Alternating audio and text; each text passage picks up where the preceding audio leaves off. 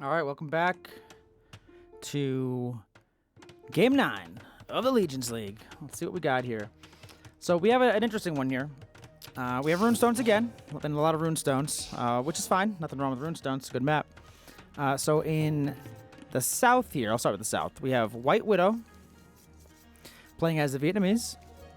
We have, this is Chief Boy AK, who is Solo Ghost. This is Solo Ghost's new name. Solo Ghost was like a top 2-3 player, maybe a year, like when the first game was kind of new. So they changed their name. They're going as Chief Boy right now. And they're playing as the Turks. And then we have Tamer Caribou as the Ethiopians. Now in the north, we have Rooftop as the Ethiopians up here. So we have Ethiopian versus Ethiopian matchup on the flank. We have Ducky Skydiver playing as the Mongols in the pocket, in the green here. Going for the boar. Let's see this boar lore real quick. All right, we got a couple of shots in. Gonna use the TC. We're gonna use using the TC. 2 shots from the TC. Oh, beautifully done, beautifully done, beautifully done. So that's Lucky Skydiver as the Mongols. You can see that they're a high-level player, luring boars. Oh, we got another boar lore here. Let's see how we do it. This is the way I do it, and certainly the slightly less efficient method, but slightly safer method as well. This is Prey on You 1 playing as the Vietnamese. So we have Vietnamese and Vietnamese on the flanks here. This is funny. And then we have Ethiopians and Ethiopians playing on the flanks on this side. And then we have Mongols in the north. And we have Turks in the south. So let's see how these different civs work out. So I have the northern team, which would be Rooftop's team here. They are a 1669 overall elo on the 1v1 ladder. That's their average. All very solid players, all solidly in the top 100. And then on the south, they are 1722 elo overall. That's their average. I used Solo Ghost's old elo, which is like 2,000 plus as the average there. So Tamer Caribou, who is the Ethiopian player here, is the lowest elo player in the match right now. Not to call them out or anything. They're still very, very solid. I think they're around 1,400, which puts them in the top like 200 or so on the 1v1 ladder. And let's see how they lure their boar. Solid boar lore. No, I got no complaints about that. I don't know if anyone has lost any villagers luring their boars, but I haven't noticed any. So I'm just looking at the idle TC. It's in the bottom right here. If you look at the team in the north, 1 second, 2 seconds, 3 seconds. Team in the south, 11 seconds, 23 seconds, and 1 second. So, I mean, that makes a difference. You know, that adds up. It takes like 20 seconds above the villager, I think. 20, is it 20 or 30 or 25? So if you're, 20, 30 seconds of idle time, you're basically down a villager. And you can see that in Tamer Caribou here, being down a villager right now compared to everyone else. 16 vills versus 17, 18, down 1 vill. So something to keep in mind. I'm teaching my buddy, or trying to help my buddy learn how to play this game, I should say. He doesn't really want to play it. I'm forcing him. And, that's one thing I'm like always asking him, like, how many villagers do you have here? And I'll be on like, 16, 17, whatever, and he'll be on 12 or 10. And I'm like, dude, you need to make those villagers, man. Like, there's nothing more important in the beginning of the game than making villagers.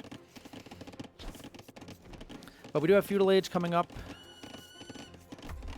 for almost everyone. Let's see if we see any structures being built yet. I think we're finally getting some team names. So I have a spreadsheet going for the games that we've done so far and the games that I'm going to be doing now. And we have a couple of team names. I'm trying to encourage everyone, get the team names going. Team names. I think it's important. I think it's important for as someone who's casting this, I want to be able to say this team, I think we have a couple names already, so I'm gonna probably do a recap video after the end of this series, when this video comes out. So if if I can get someone who's either in the tournament or in the league or running it somehow to maybe get on here and talk about it a little bit. I think that'd be kind of fun. All right, team in the north is up a little bit faster than the team in the south.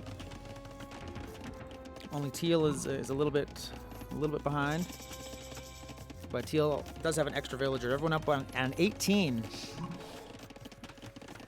except for Teal and Red.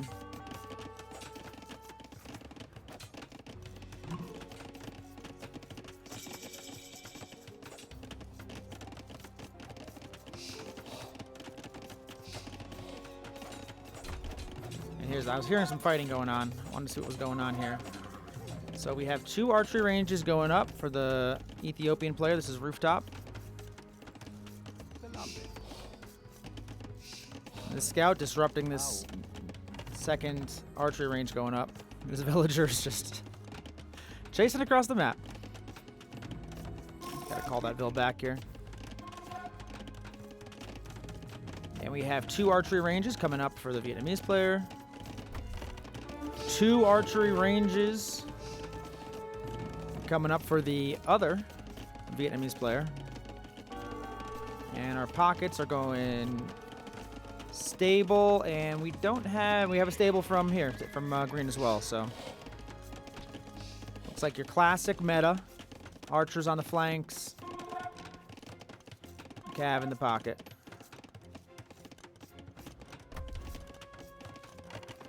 Looks like green's coming over to teal, try to help out any aggression.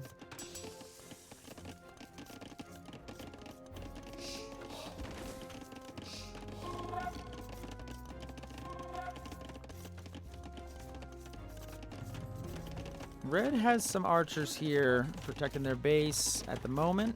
Only 3. Purple's coming over here, so we kind of have green and teal and purple and red sort of coming together on the left side here. All 4 of them. Even number of scouts. No one seems to want to take a fight yet. Kind of just testing each other a little bit. A little testy.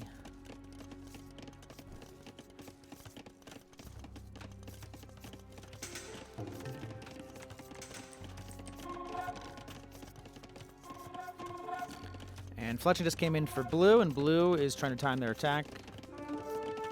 And where orange archers has some archers here, some archers on the left, some archers on the right, but they're separated. That's not what you want when you're taking a fight.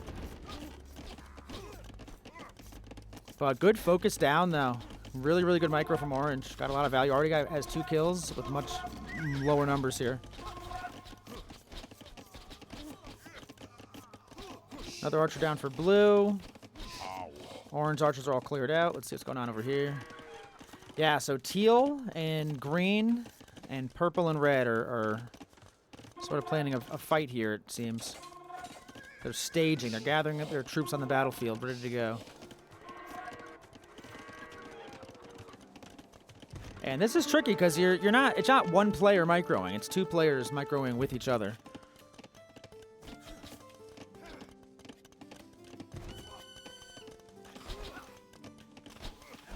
And let's see who gets the better of this engagement here.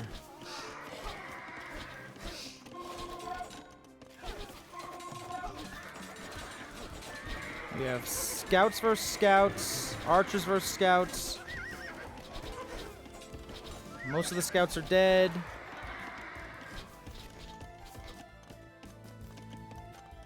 All right, I'm going to say victory teal green there. They have the higher numbers. And now it's just archer versus archer. Meanwhile, blue is taking advantage of orange on the right.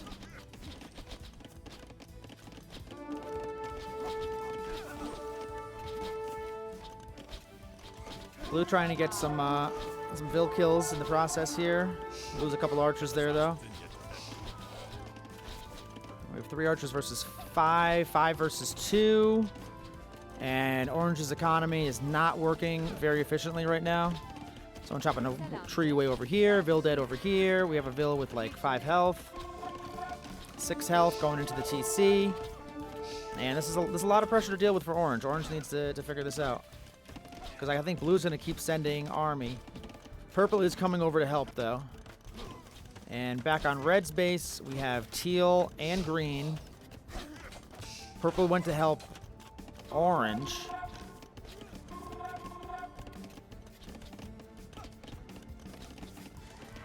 And blue still has their army forward on orange here.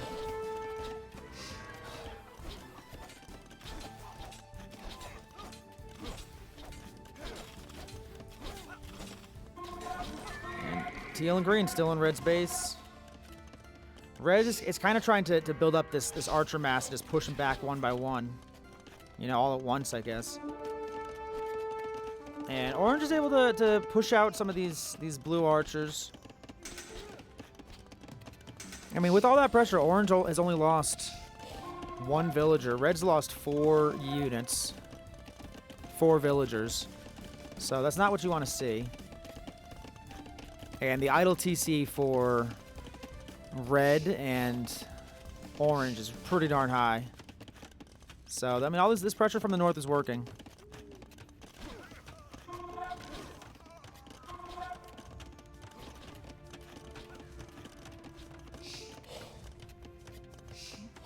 We just missed a big archer battle up here.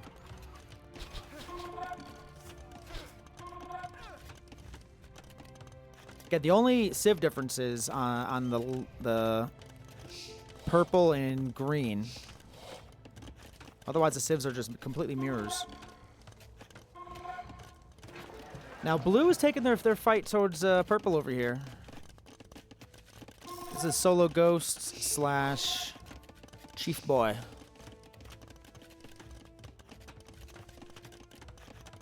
We have Castle Age coming in for Solo Ghost here as well.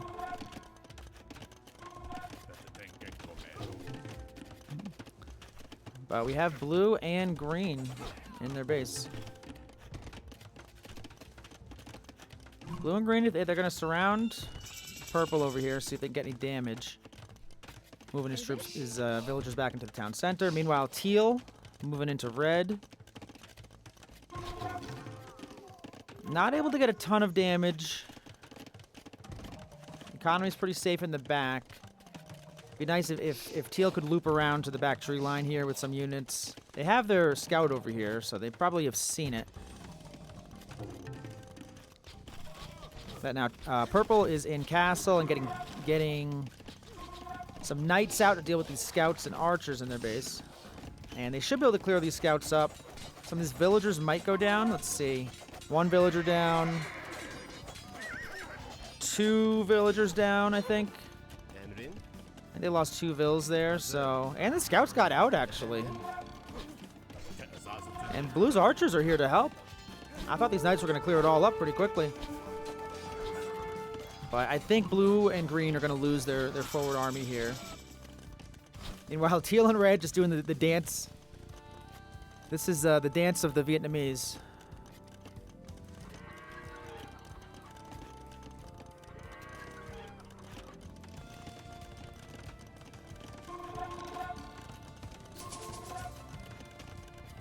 And red is not clicked up to Castle Age yet. They're going to be the last one into castle. And once these turn into crossbow, that's going to be very difficult to deal with. We'll do a second TC going up for purple and a second TC going up for green. I mean, very similar play styles on both sides of the map. This is funny. Mongols up north here and Turks down here. Turks, I always think of Turks with their gunpowder, right? They have faster working gold miners, so that's pretty solid. And yeah, chemistry free gunpowder units are 25% HP. So once they get into gunpowder, the Turks are pretty strong. They can get some hand cannons out there. But right now we have knights coming out from our Turk player.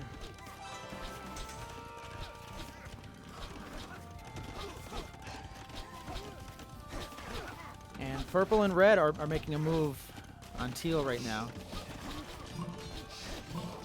Teal is in Castle Age, just got the Castle Age, so they just click the crossbow and bodkin arrow. So they really can't take much of a fight. Green's gonna have to help them, but they're gonna have, again, this is coordination. This is where teammates have to talk to each other. Crossbow's not in, bodkin's not in yet. This fight might have been a little premature to take without the upgrades. Same thing, green's getting the armor upgrade on the knights, but took the fight a little bit before that came in. I mean, those things, they make a difference. It makes a big difference.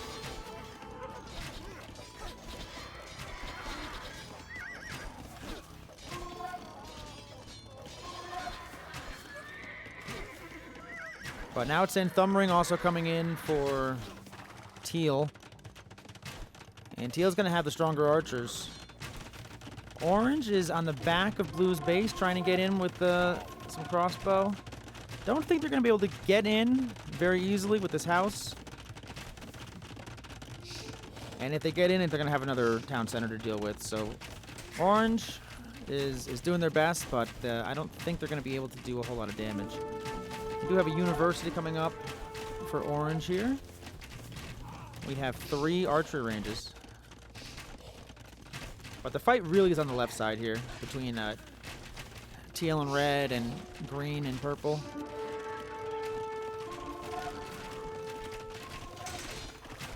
Teal able to get some shots on these villagers. Villagers build a tower. And that tower, along with the walls there, is enough to kind of keep the crossbows at bay a little bit. I don't know if one tower is going to be enough in the long haul, but might hold them for now. And Orange is making a move on Blue. Blue is cleaning up a lot of these archers, though. I really would like to see more skirmishers used. No one is making skirmishers. And I think early on, skirmishers would be very nice to have. Even if you don't have a full skirmisher army, if you're just mixing them in, you know, you can kill these crossbows pretty quickly with skirmishers.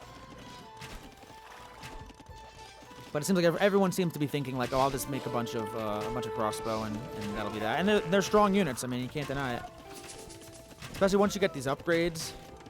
Like once you get ballistics, once you get, you know, especially if you can get chemistry towards the end. I mean, in arbalests, like they're very, very strong. But this is the fight to watch right here.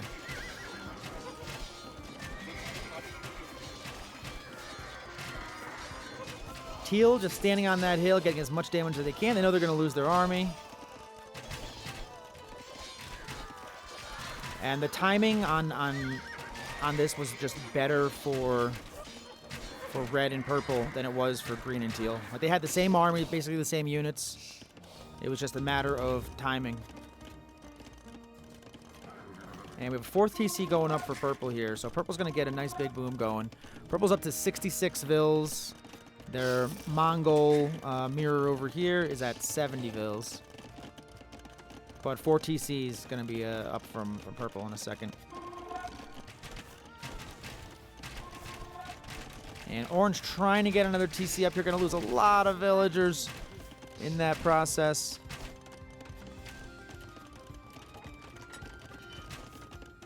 I'm actually surprised there's not more Vill kills, but I think it's just more a lot of eco disruption. Like, Orange only has 10 villagers killed, but they've had their eco disrupted so much. And it looks like Green and Teal are planning another attack. But Red's here with their archers, their crossbow.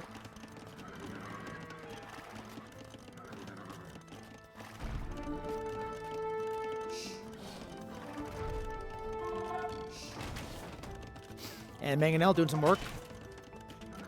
Doing some work in defense, but Orange really needs a second town center to come up, but they're going to fall way behind. Red's behind and Orange is behind in eco right now.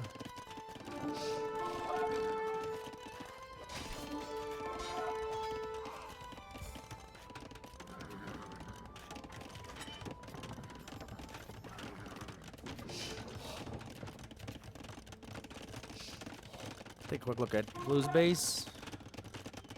What was that? Nice straight base, straight back. I like that. Very, very aesthetically pleasing.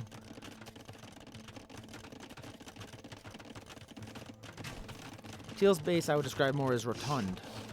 More of a rotund kind of a design. And Teal and Red doing the Vietnamese dance again.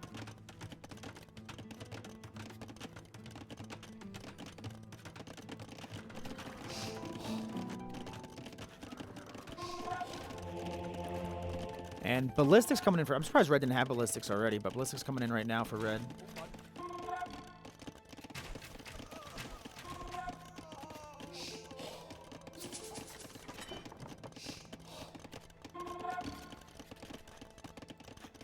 And green getting into purple's base. That's a nice big raid right there. Oh, but we got the camels. Purple mixing in camels with the knights. And that's what you want to have when you're going up against a big knight raid like that. And that's a fight. So green's taking this fight, and then on the backside is just kind of killing whatever units they can. Although, now I say that, they run away. And green just wiped the floor with them. Mongols.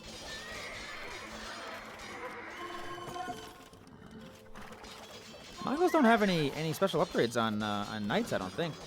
I'm surprised that they won that fight as easily as they did with the camels there.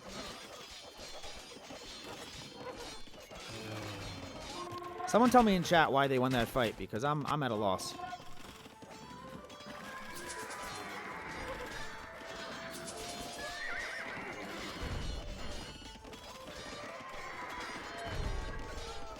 And now we're seeing full camels coming out from purple.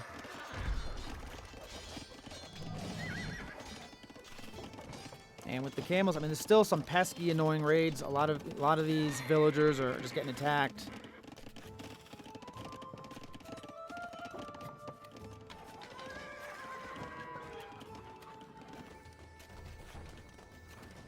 Red with their crossbow in the back here. I'm not sure if they were getting raided. I don't think I saw a raid come in, but it looks like maybe he's going to try to build a town center over here, and he wants to just protect them while it's going up. That's my guess. I'll look back to that in a sec. Do have the second TC up for orange. Blue kind of creeping closer and closer with the siege workshop. Another archery range. And they're moving in with their units here. And now we have mirror. This is funny. We have mirror units. This is the Ethiopian dance on this side. Between Rooftop and Tamer Caribou.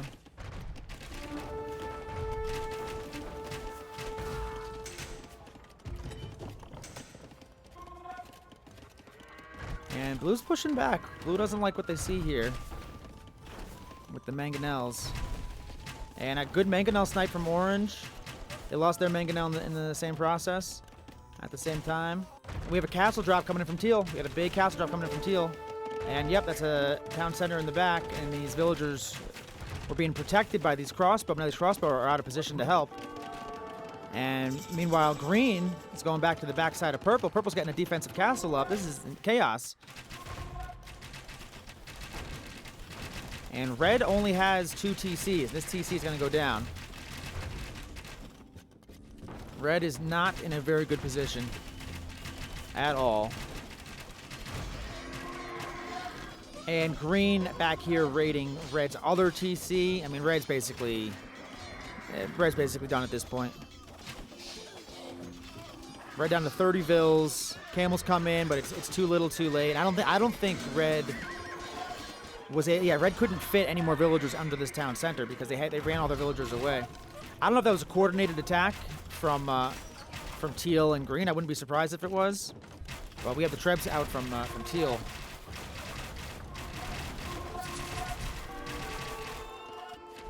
And green, blue is an imp too, and blue hasn't made a kill raid to orange yet, but I feel like they can.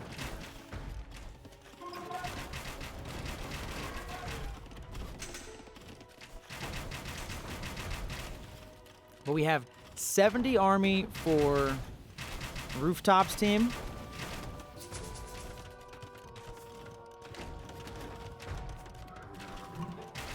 That's the team on the north there.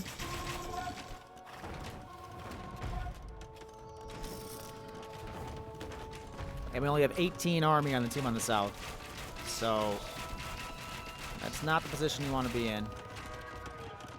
I like this one Valiant Arch crossbow. Trying to deny this. I love it. And the team in the south is gonna keep fighting on, but this game, unfortunately, is a more or less decided. I mean, if anyone can do it, I think it's gonna be Chief Boy, aka Solo Ghost.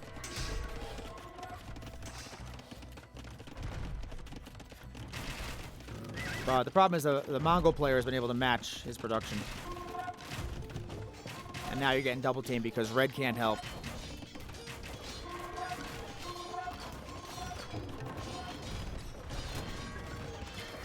Teal making a push. Red making another town center on the side. Red's going to do what they can. That's what I mean. If you're going to ever have a chance to come back in a game like this, you have to just stay, you know, at least keep some villagers alive, get something going. Hope your teammates can hold a little bit. You know, this is Turks. Late game Turks are very, very good.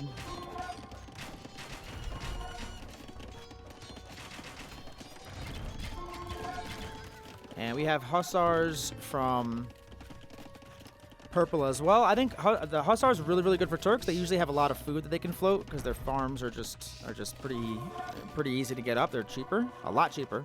So I think if these Hussars can maybe get some raids in. But green and teal are not letting red get back in this game. Green and teal, they want to just wipe red right now. That's their plan, which is a very good plan. And purple can't or doesn't want to really extend out of their base too much. Not with these. These are Arbalists now too.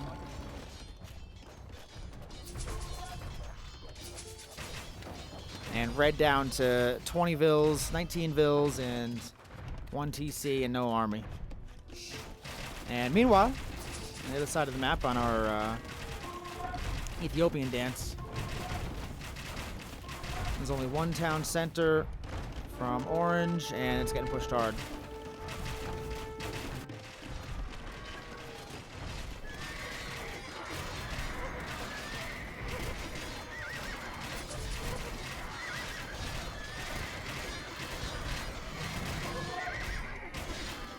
And purple's pushing this back. Purple's pushing this back. They took care of all the cavalry.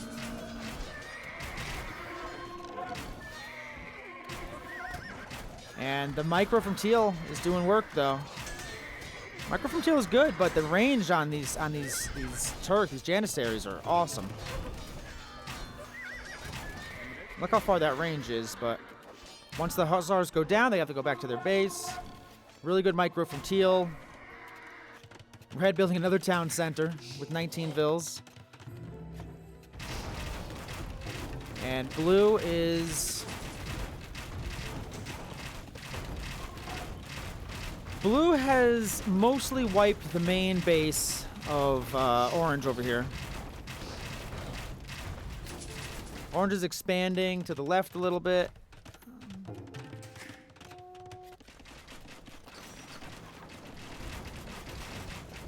Teal trapping down purple now.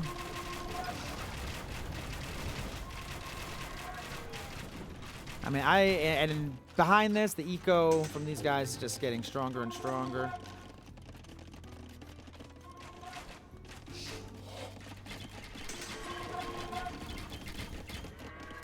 And we have some Mangudai, elite Mangudai in the south here. And very good micro on the elite Mangudai.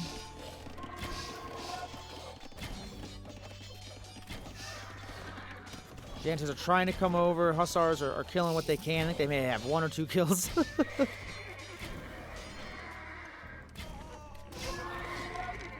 Look at these Hussars just going down. What micro.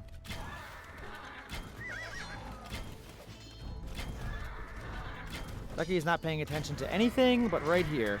That is for sure. And blue just wiping out orange.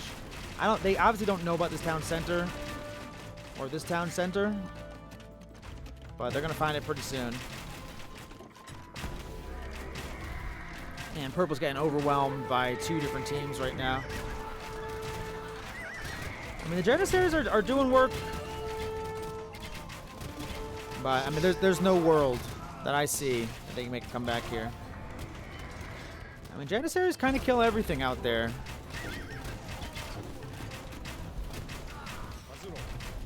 What's the range on these guys? 7, and the range on an Arbalest is 8. So the Arbalists actually have slightly outrange on the Janissaries. The Janissaries are doing 17 damage. That's nuts. Arbalists are doing 10 damage, so Janissaries are 70% stronger.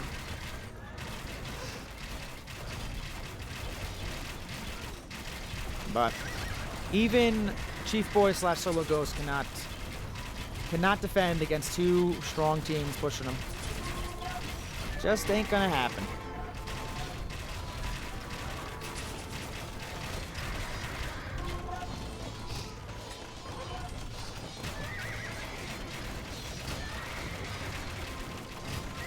And Janissary's still holding their own here. 18 of them in the back.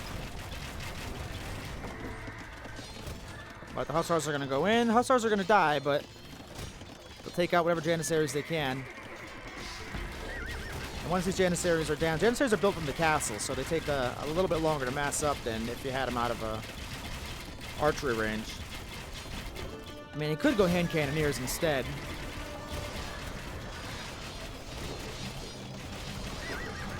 And they're going to call it.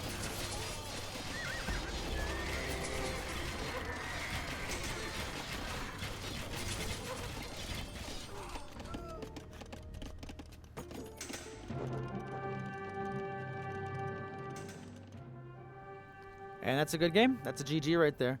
I thought it could have gone either way early on. Obviously, Rooftop's team was just a little bit stronger. Just a little bit stronger.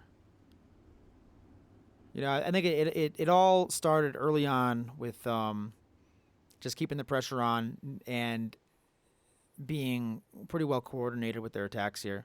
I think green and teal worked really, really well together. They had a lot of like assists to each other. And I'm noticing that theme for sure. If you're going to do well in this, you have to do well with your teammates. You have to have, you know, if one's going archers, one's going cav, they have to be working with each other.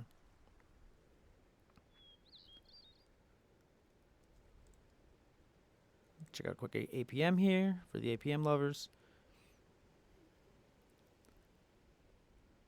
All right, that is it for Game 9 of Legions League. I'm going to bring you Game 10 shortly.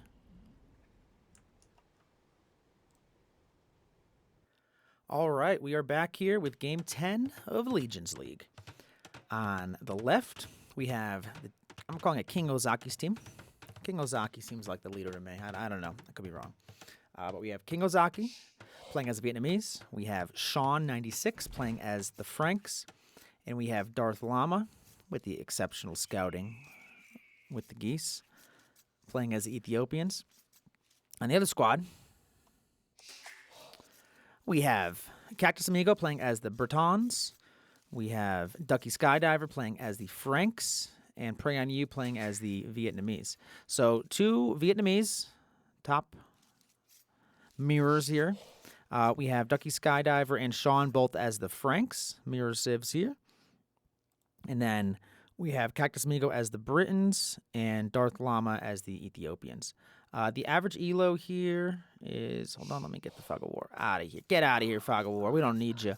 Average elo here for King Ozaki's team is 1608. And the average elo for Prey on You's team is 16-16. So this should be a pretty good game.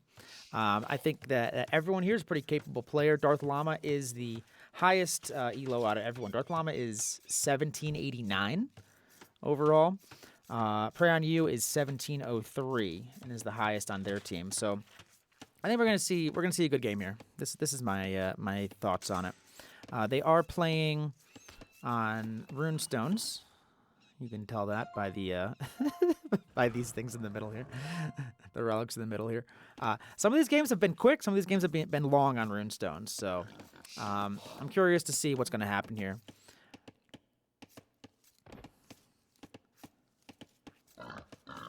Darth Lama getting a little house wall going up over here.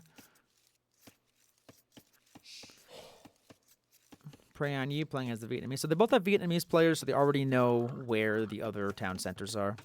Again, Vietnamese is very good in team games for that reason. Also getting the Elite Skirmisher upgrade. So they're both teams are kind of going archer civs on the flanks and more of a boomy cav civ in the middle with the Franks. So pretty straight up play. I don't think we're going to see anything too wild. I wouldn't mind seeing some wild games personally, but you know, these guys, you know what I mean? They want to win. They want to play. They want to play legit. They want to play straight up, which I can get behind that too.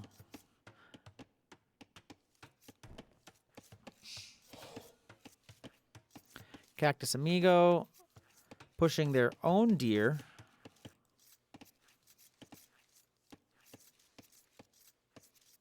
Ducky Skydiver pushing in some deer.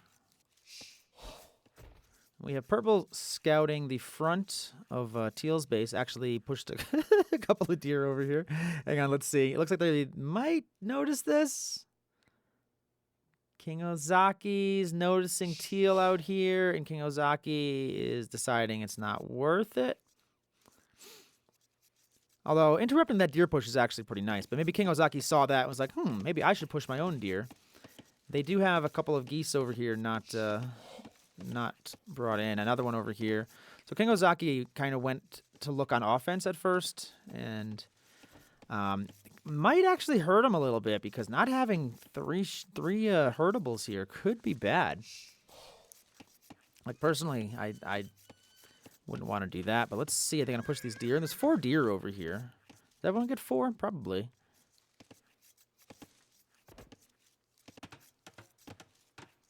Yeah, it looks like at least. Oh, look, Red Scout's almost dead. Darth Llama Scout.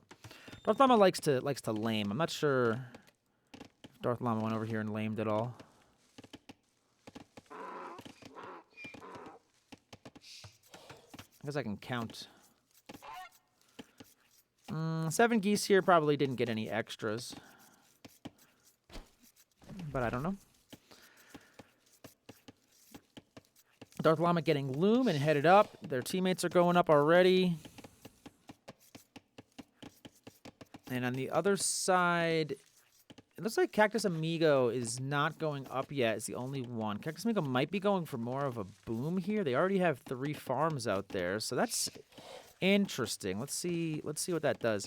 I like the Britons because they have cheaper town centers, so you can really get a nice boom, and like a lot cheaper town centers. I don't remember exactly how much it is, but they're significantly cheaper. Town centers cost minus 50% wood in Castle Age, yeah.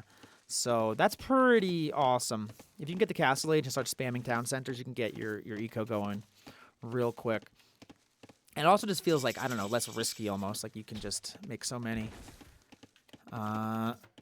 So green is the first one up, actually. Green and purple. And we have a stable coming up from the Frank player, Ducky Skydiver, on the team on the right. And we're going to have an archery range coming up from King Ozaki. Curious if yellow is going to make anything. Yep, yellow is going for a stable as well, so the Franks are kind of mirroring each other. Archery range going up for Prey on You is a Vietnamese. So again, the 4 players on the top left, top right, mid left, mid right, are all the same civs, and it's just these bottom 2 civs. One's Ethiopians, one's Britons. So we'll see how that plays. The Briton player is going up at 23. The Briton player is going for more of a fast castle build, which is interesting. So the archers get extra range in Castle Age for the Britons. So they get the cheaper town centers, and they get more range on their archers. So if they can get to castle without taking too much damage. But I've played with Darth Llama a lot, and he likes to do damage. I've known this about him. He doesn't like to sit back and watch. We do have 2 archery ranges and a blacksmith going up for Darth Llama, so he is going to be aggressive AF, as the kids say. We are seeing some scouts being produced from green. Where are your scouts, green? Have you sent them forward yet? We have one. Where's the other one? Oh, they're together. I'm an idiot. Blue scout is in front of Red's base. Red has archers coming up already. Very, very nice. And teal scout's in front of purple's base. So it looks like the top and the bottom are going to kind of go after each other, at least from left to right. And then I'm curious just where the two Frank players are going to attack. We have 5 scouts on the field from yellow.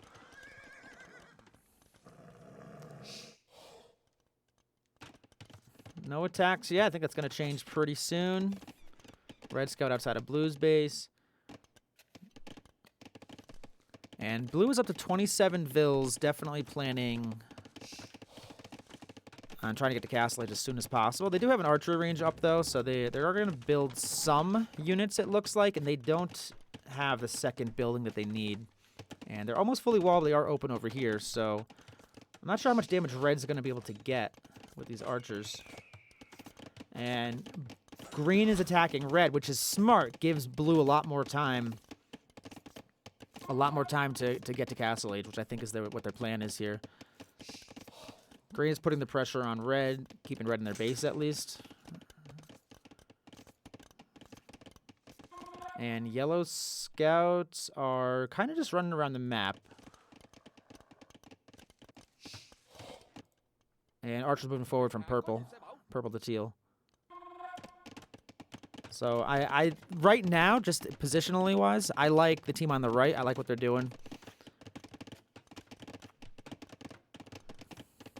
I think the boom from the Britons could be very, very nice, and as long as they don't take any damage, which with green attacking red over here, red cannot leave their base and move forward. And we have a Vil kill. Let me see if I can get some KDs up on the screen here. So this is the Eco KD. So green has 2 kills. I'm going to get both on red. We do have a nice little fight here. Teal defending against 2 players. And Teal has the archers to do it. Teal has a lot of archers. And yellow and purple are not on the same page here. Oh, and purple just clicked. Yeah, purple clicked too far. Yeah, this is like the difficulty of playing with teammates is that they need to be in sync. If they were in sync there, they honestly could have cleared up that entire mass of archers there. And this is what you have to do. Darth Llama going after Cactus Amigo. Does not see what Cactus Amigo has. We do have some skirmishers on defense, and we have a watchtower coming up. But Darth Llama's going to get through here, and the Ethiopians' archers are very, very tough. Ethiopian archers fire faster. He's going to group up a handful more. He has 14 archers here. That's not going to be enough skirms to really push him away.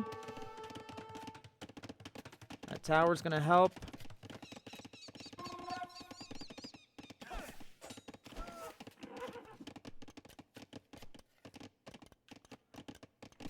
But if Cactus Amigo wanted to go up to Castle, this is definitely going to delay a bit. I think the tower's probably necessary.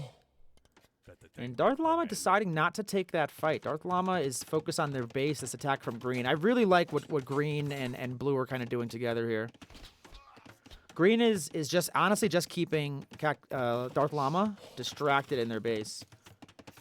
But green and yellow both on their way up to Castle Age. I'm a little surprised and unsure when blue is planning on going to Castle Age. They have the units. They just need the food and the gold and to click up. They have the buildings, I mean.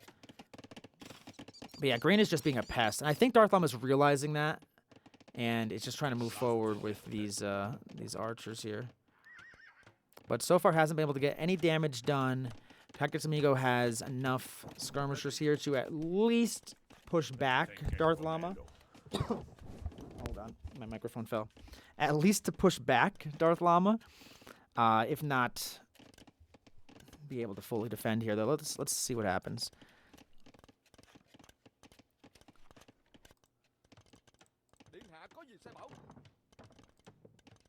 And blue is clicked up. So blue is the second one to click up to Castle Age here. Green and yellow both clicked up first. We have Darth Llama killing some bears out in the middle here. Mostly a show of force, you know, just lets them know. And we have our mirror sieves shooting at each other. Let's see what the upgrades are. 4+1, 4+1.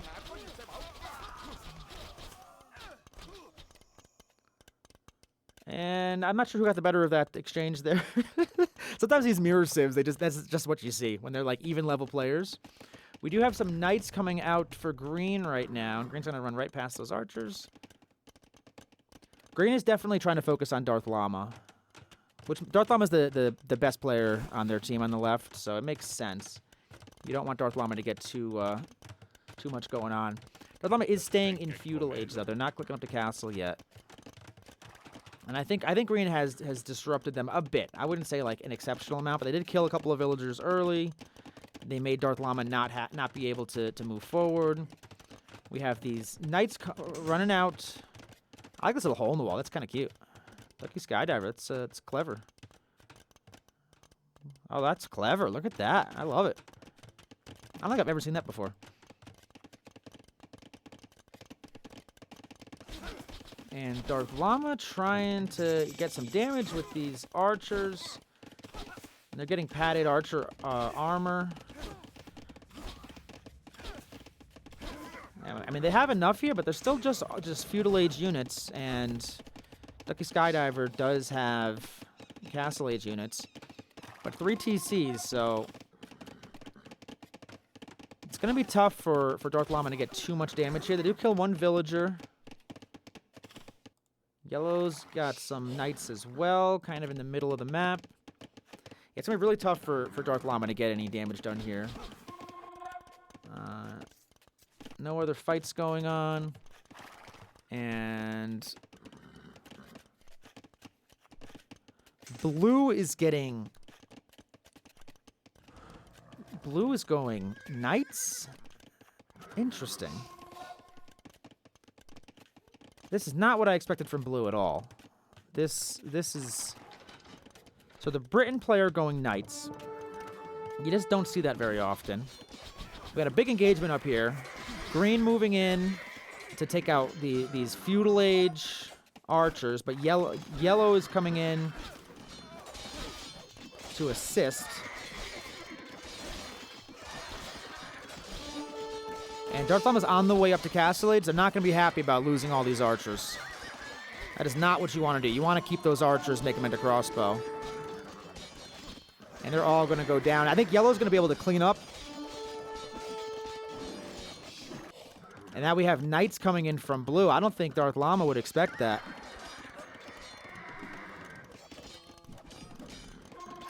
Nice bear kill, and yellow's going to clear up everything that green had. And Darth Llama, I don't think has a lot of units back at their base. They do have some archers, but again, they're just archers.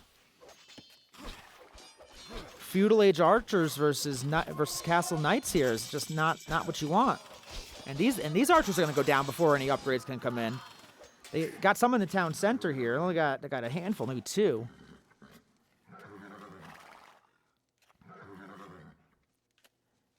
And King Ozaki up here is getting all their castle age upgrades on these. They're getting crossbow, bodkin, and thumb ring. So that's going to be a very strong army from King Ozaki. Let's see what King Ozaki can do. But Darth Llama, it really just kind of caught at the perfect time for those archers to go down before their crossbow. If those were crossbow, that's a very different fight. Those are crossbow with bodkin and everything. And Darth Llama's is getting the upgrade right now. Yeah, if those are crossbow with bodkin, that's a big difference. Let's see who has the advantage here. 5+2, 5+2.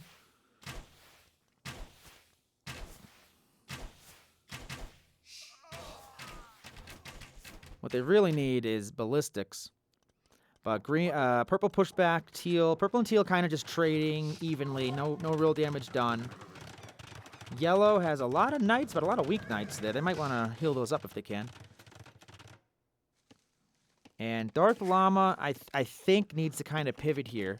We have a second TC from the Britain player. This is Cactus Amigo. I think that they left a little on the table. They went hard with the knights, which is interesting from the Britons. You don't expect that, which I guess you can kind of catch them off guard if you're going up against it.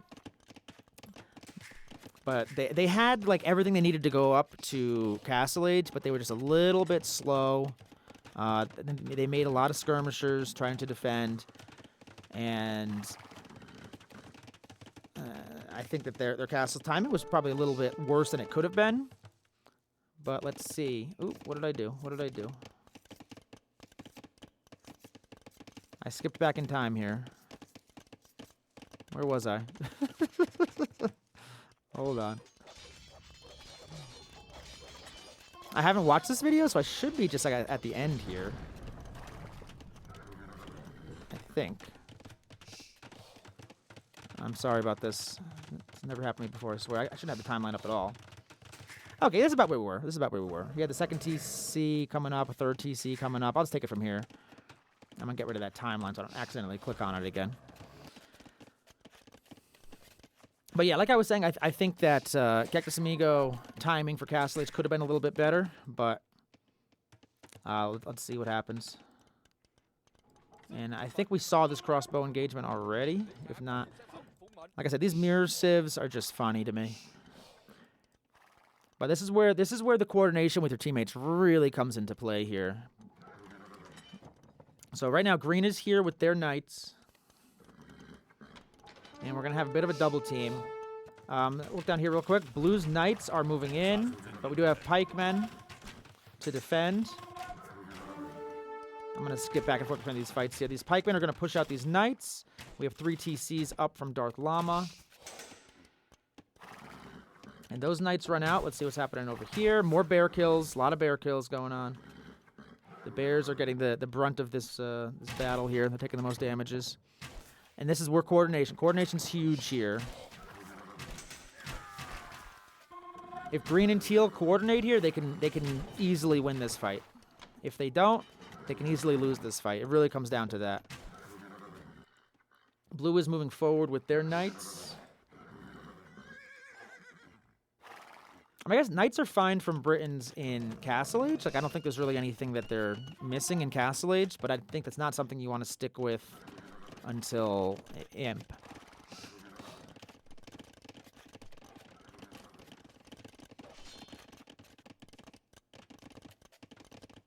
And Darth Llama has 10 crossbow hanging out there.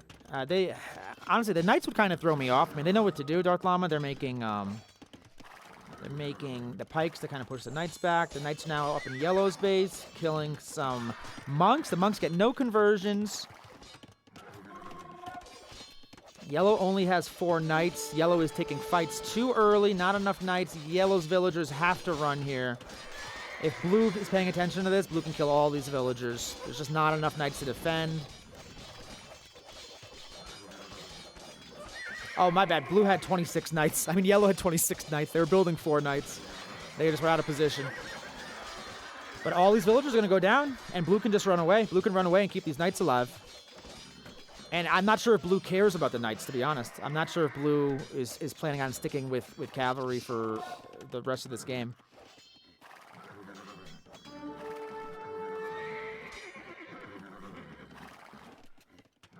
And Yellow's knights are going to run these away.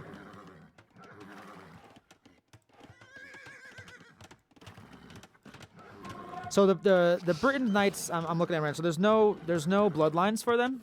I don't think that they get it.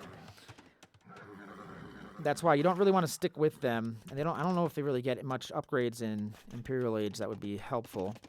What you want to do as a Britain player right now is just spam these TCs and get your economy going, and then you want to get into Arbalests in Imperial Age. We have a third sound center up for King Ozaki up in the north. And Teal mixing in some Scorpions. And Yellow has Knights here. So it's pretty much the same units with a couple of Scorpions mixed in from Teal. Scorpions actually could do a little bit of work.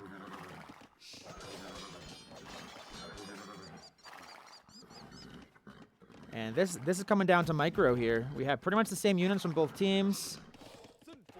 Purple has 54 crossbow, 33 crossbow only from Teal. But again, it comes down to coordination.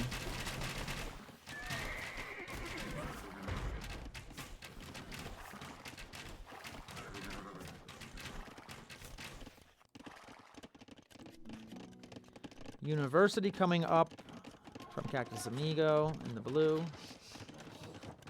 I'm really curious how long Cactus Amigo is going to stick with these knights.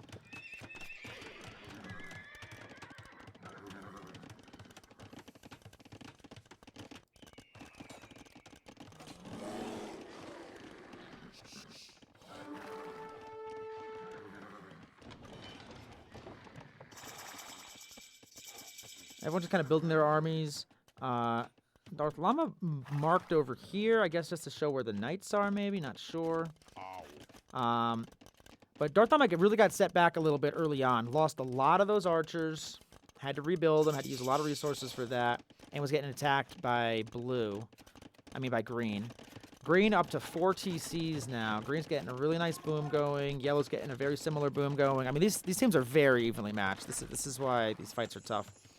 Castle trying to go up from Teal. I don't know if they're going to have the units to defend this before those villagers go down.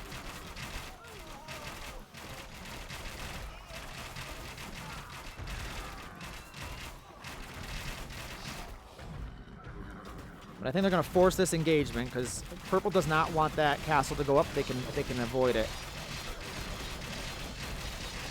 And they deleted the castle.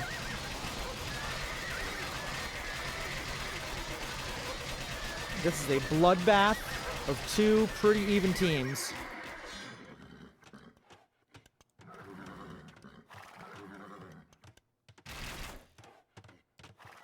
And Yellow, this is Cavalier now for the Franks here. Yellow is the first up to Imp. Teal is an Imp as well. And these are going to be Arbalests. Yep. So we have Teal with Arbalests. We have Purple with Arbalests here. The big difference is these Cavalier from Yellow versus these are only Knights from Green. Green is on the way up to Imp, but not there yet. And this is the time to push. If you're the team on the left, this is the time to push.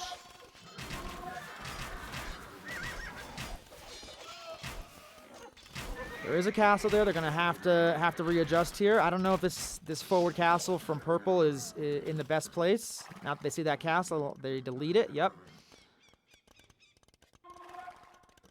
A couple of monks here to heal up these Cavalier. Cavalier are very expensive. I like that move.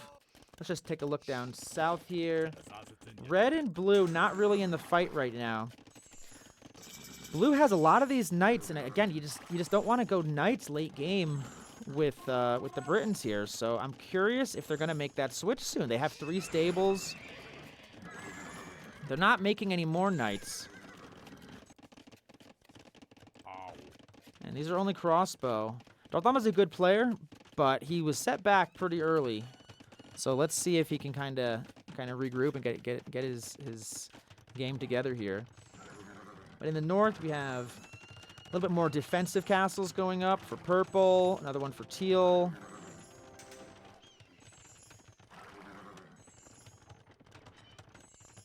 So really, I mean, the fight is between Purple and Yellow and Teal and Green. But we have Imp in for everyone now, so just a matter of who's getting their upgrades.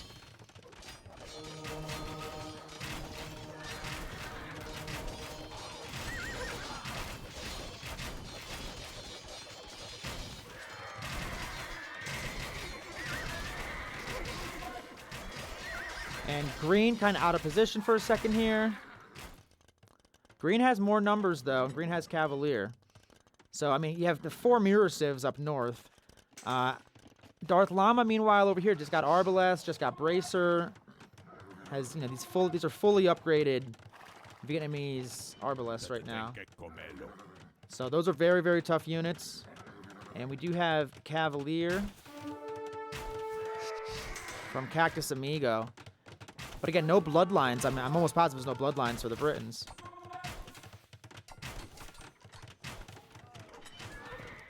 And they're making more stables. They're sticking with them. They don't think they can win the archer fight.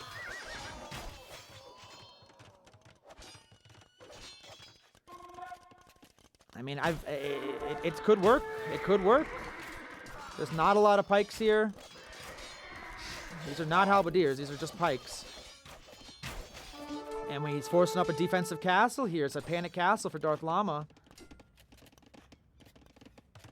And blue could actually keep pushing that, but they're deciding not to. And this is just a madhouse over here. I have no words for this fight.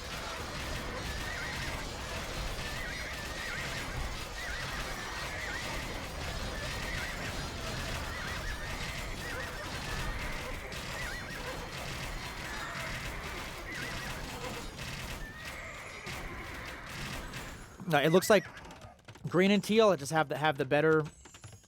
I was gonna say the better comp, but that's not right. It's the same exact comp. They're just fighting better together. They have the numbers. And we're just so even this game, just so even. And we have the Cavalier running in from blue.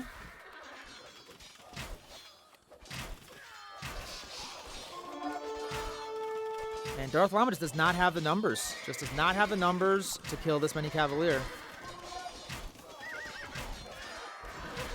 And I think no Halberdier is actually really working against Darth Llama big time. And these Knights, Britain Knights, now Cavalier, are destroying Darth Llama's base.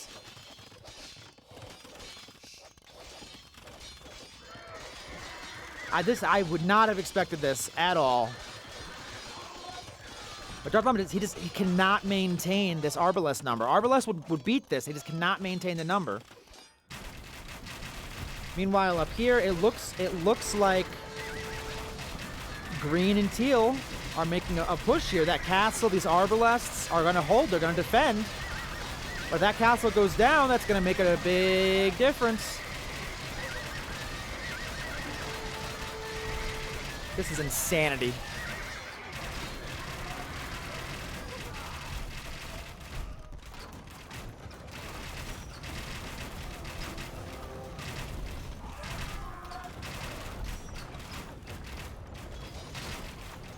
Absolute insanity. And we have bombard cannons from teal here. Maybe snipe some of those trebs.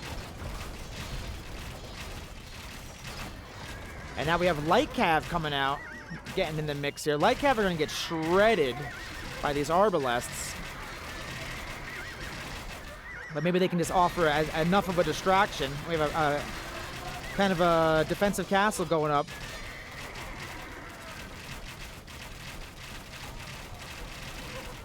And we have Paladin from green. And now these Paladin, yep, Paladin from yellow. This is insanity. Blue is done a lot of damage. Those raids were huge on Darth Llama. Darth Llama down to 79 villagers. Everyone else around 110 to 150. But yeah, if blue doesn't focus on Darth Llama, and now we do have Halberdier for Darth Llama. That's going to make a difference. That's going to make a big difference.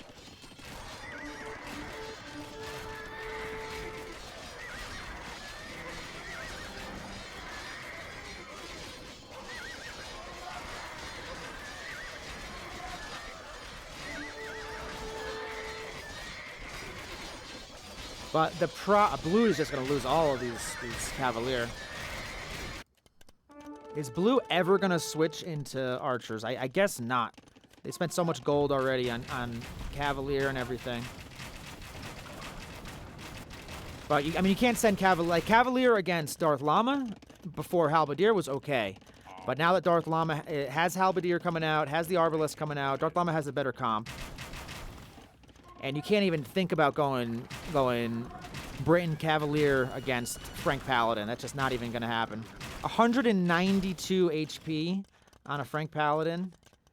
And do we even have any Cavalier left? These are all light cav. These are all light cav right now from blue. And blue's just is doubling down, tripling down, making more stables. Okay. I mean, light cav maybe with the not even Hussar too. Blue, you're so funny. Cactus Amigo, I love it. It's just so counter what you would expect.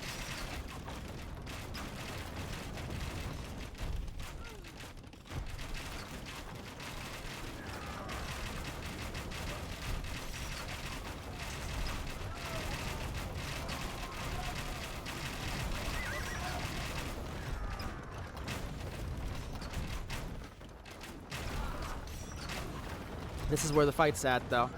And it seems like green and teal are just kind of slowly crawling in, that steamroll, that conveyor belt.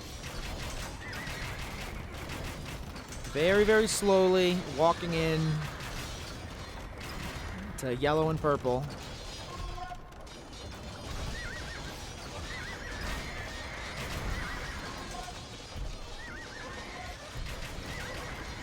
And this is starting to look bad. This is starting to look bad for purple, but yellow has so many stables. The issue is going to come down to gold. I don't know how much gold is even going to be left on the map here. So there's about 6,000 gold left on the map, and it just depends where it is and who's taking it. But you can tell gold is becoming in short supply here. This is the fight of North. Let's see. Red still not ready to take a fight here.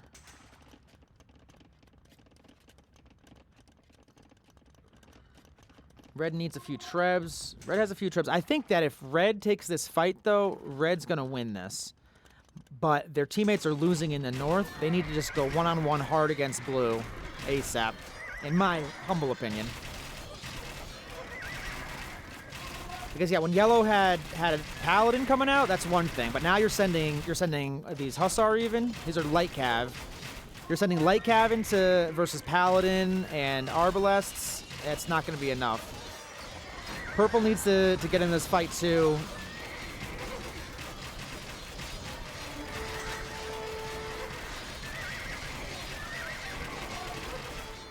And now we have an engagement in the south. Here we go. I think this is the only way the team on the left comes back, is if Darth Llama can push Blue back and push Blue back quickly. They have the units. I'm not sure if they have the trebs. Did they get Warwolf? I don't know how to tell if they got Warwolf. I think Warwolf has greater range as well.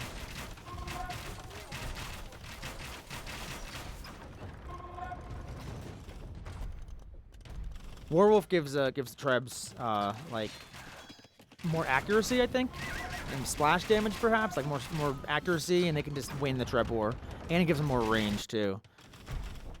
But they are not Britain, so I don't know why I'm talking about Warwolf.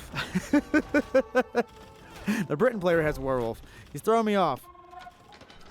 Britain player has not made a single archer this entire game. Britain being probably a top, 3 archer civ, if not more, if not the best archer civ, late game at least, has not made a single archer. Teal is pushing purple back pretty darn hard here. And Light Cav has 0 chance of holding for Blue. But by the time Red gets through Blue, it might be too late. And now we have Green making some raids on Red, which is the right move. They gave Red a lot of time to kind of get back in this game. And these Arbalests from Teal are just going to do everything. I'm still not sure why we never see Elite Skirmisher. Or you have Imperial Skirmishers available for both teams, and we're not seeing any. We're seeing 0. Although, as I say that, wait a second. Imperial Skirmishers from Purple. There you go. I think Imperial Skirmishers is the move for Purple right now. You have to have some kind of defense for these Arbalests. And Blue trying to make some raids. They cannot fight this head on at all. But if all Blue is making is Light Cav, it's not going to work. Green attacking Red is huge, though. Green attacking Red is huge, huge, huge. Teal has taken over Teal's Purple's initial base completely.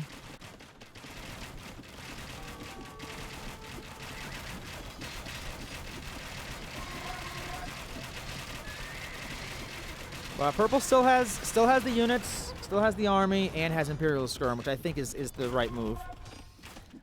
Dealing with these trebuchets, though, is going to be an issue, because once these castles go down and teal and green can raid,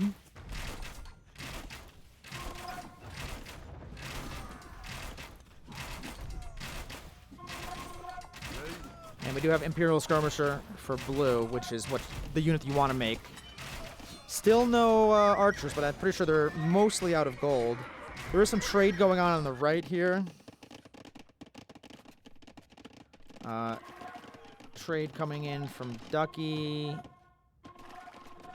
Capture Age is bugging out a little bit. And blue's clearing this up with the Imperial Scarves. That's the right unit you want to make.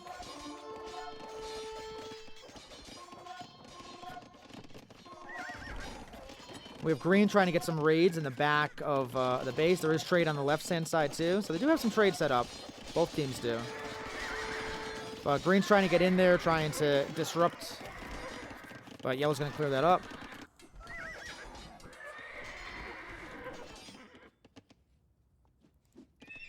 And yellow making a halberdier switch.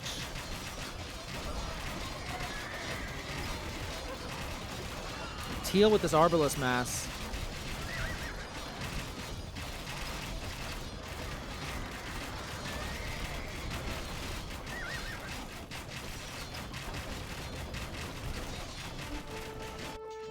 And if you're Darth Llama, what do you make against Imperial Skirm?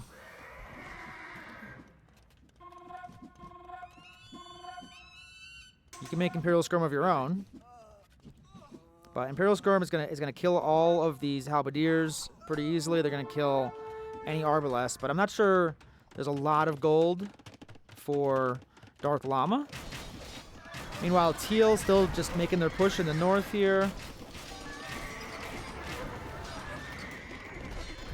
Purple pushing them back with Imperial Skirm.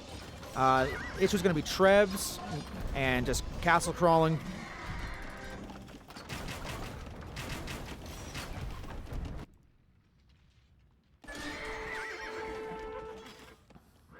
Green still trying to make some raids on Darth Llama. Darth Llama's life has been very difficult this entire game.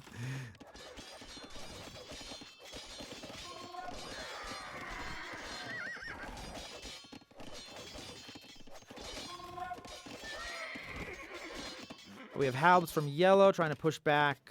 A lot of light cav from green. Green is just trying to get in there with the raids with the light cav. Green's trying to kill the trade. Green's trying to kill these villagers back here. Smart move by green. Very, very, very smart move by green. And teal is still able to just kind of slowly push all of these purple production buildings back, and they're very, very close to all the economy. And I mean, this looks like a GG moment. Pretty darn close to it. Once blue switched to these Imperial Skirms, it was pretty much over for Darth Llama, and green was raiding. You have green raiding everyone. Going after the trade, mostly. And now we have some siege workshops going up for blue.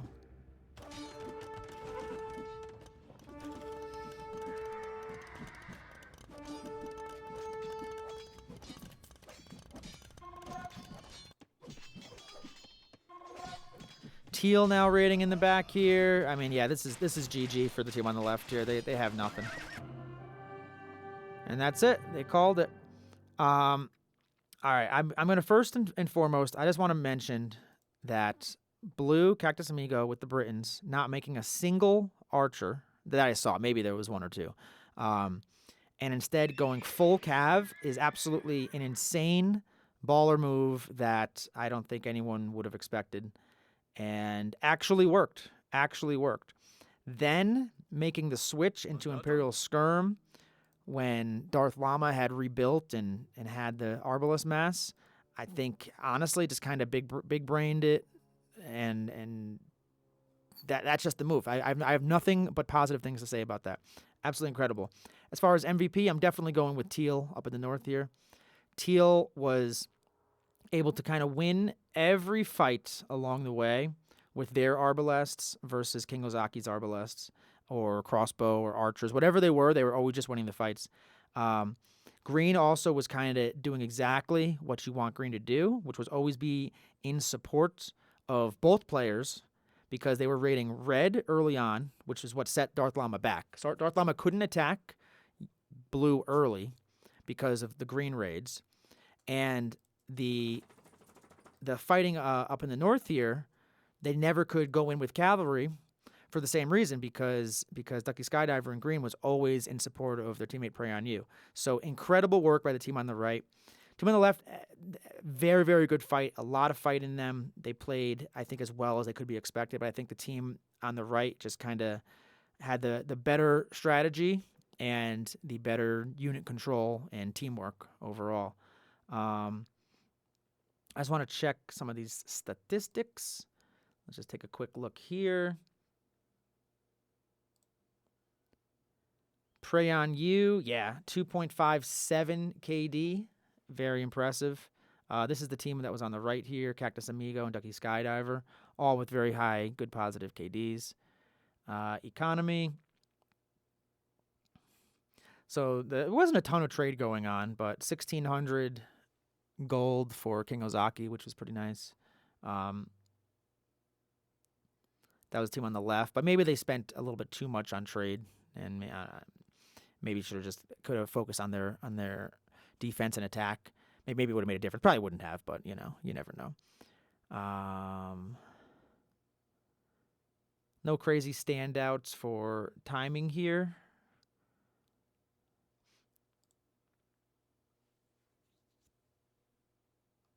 I'm always curious what the villager high was. 167 for Ducky. That's impressive. 153 for Sean. Let's just keep making vills until you got no more space, It's a good strat. And APM, Sean with the APM lead. But look at the spikes. I think we saw this from Cactus Amigo before, too. Big spikes in APM. Okay, that's game 10. Great game. I'm going to bring in game 11 shortly. All right, here we are. We are getting into game 11, Legions League. Let's see what we got here. So we have Eater of Ants team. I believe it's Queen Ant. I believe Eater of Ants is the queen of the Eater of the Ants. It consists it kind of in the south/left side here, or the bottom/left side. I don't know if you really go north, south, east, west on these Age of Empire maps.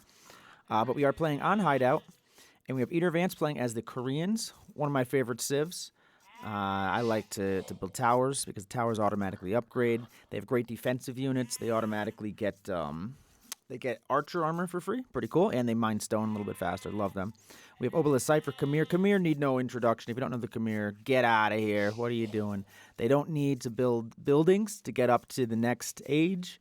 And they have great cavalry. And they can make ballista elephants. They can cut right through this wood line here, so that's pretty cool.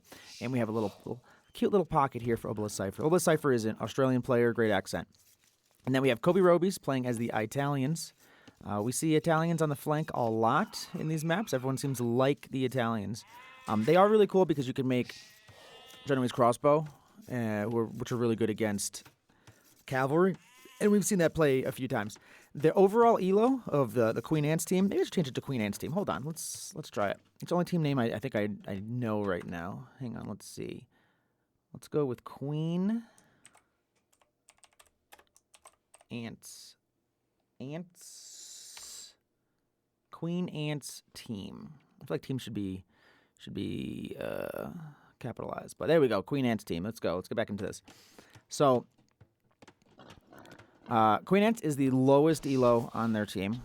Not to call them out or anything, but they're like 1,200-ish. The other ones are like 15, 16 something, pretty highly ranked.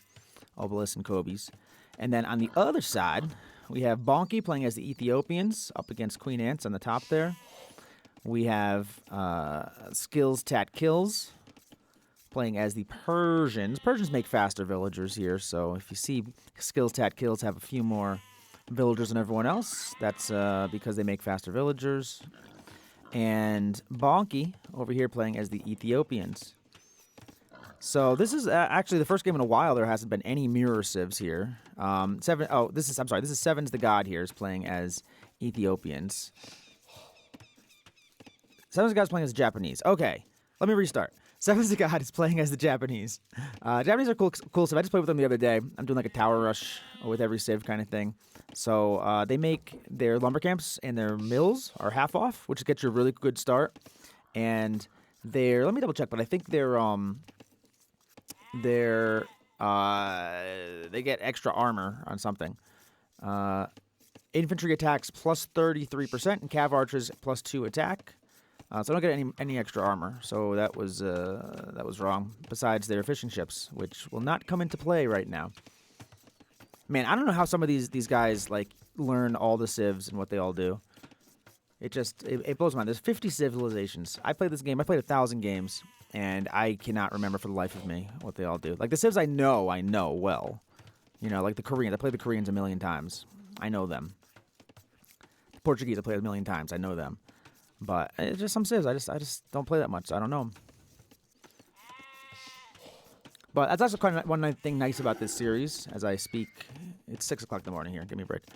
As I speak, learning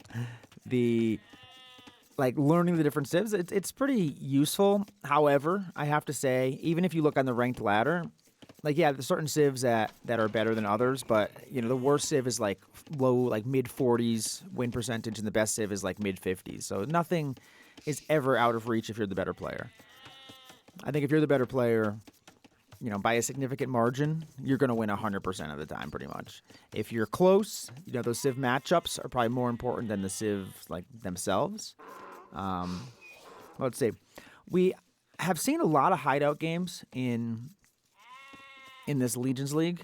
We have not seen teams really go for like the full wall. We saw a couple games where they walled like one side, but kind of later, like not even in the beginning. But we've never seen a team go out and just wall the sides. So kind of curious if we're ever going to see that. I'm thinking not. I'm thinking these teams like to fight and they don't want to waste time by building walls. But who knows? Who knows? This is game 11. I'm going to do game 12, and I'm going to post this video. And then I think game 13, 14, 15, and 16, I think have already been played. If not, I'll wait for them all to be played before posting that video. But there's only going to be, I think, 20 games, and a couple teams have dropped out. After this video, I think I want to do like a recap of kind of see where the league is at, or at least get to like the most recent game and then do a recap. So we have red marking over here. Oh, because the sheep are being stolen. Why are the sheep being stolen? That's a tough thing to do, to steal someone's sheep. But I'm not going to go back and watch it. Look at that mining camp. Queen ants. Eater of the queen ants. Eater of the ants. Look at that. You go. That's what I'm talking about. One away from the stone, one away from the gold. So they just released an update.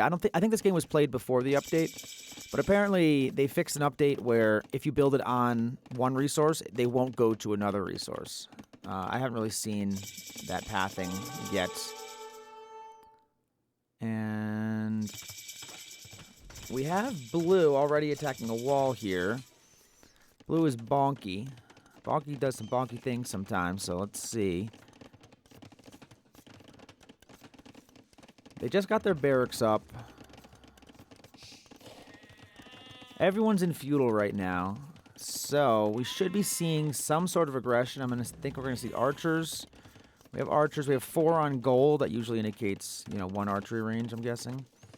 We have archers coming up from the Japanese. 7's the god.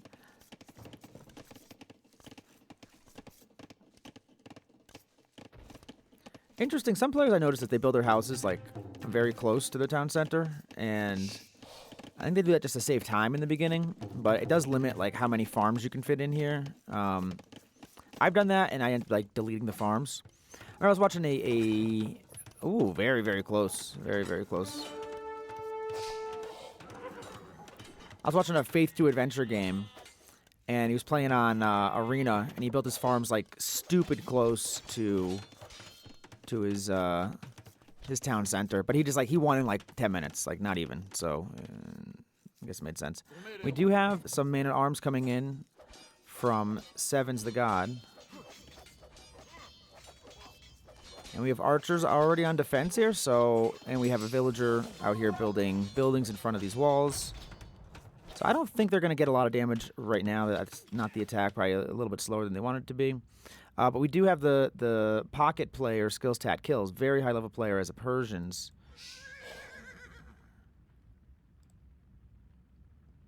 With some scouts out here. And we have some archers to back this up.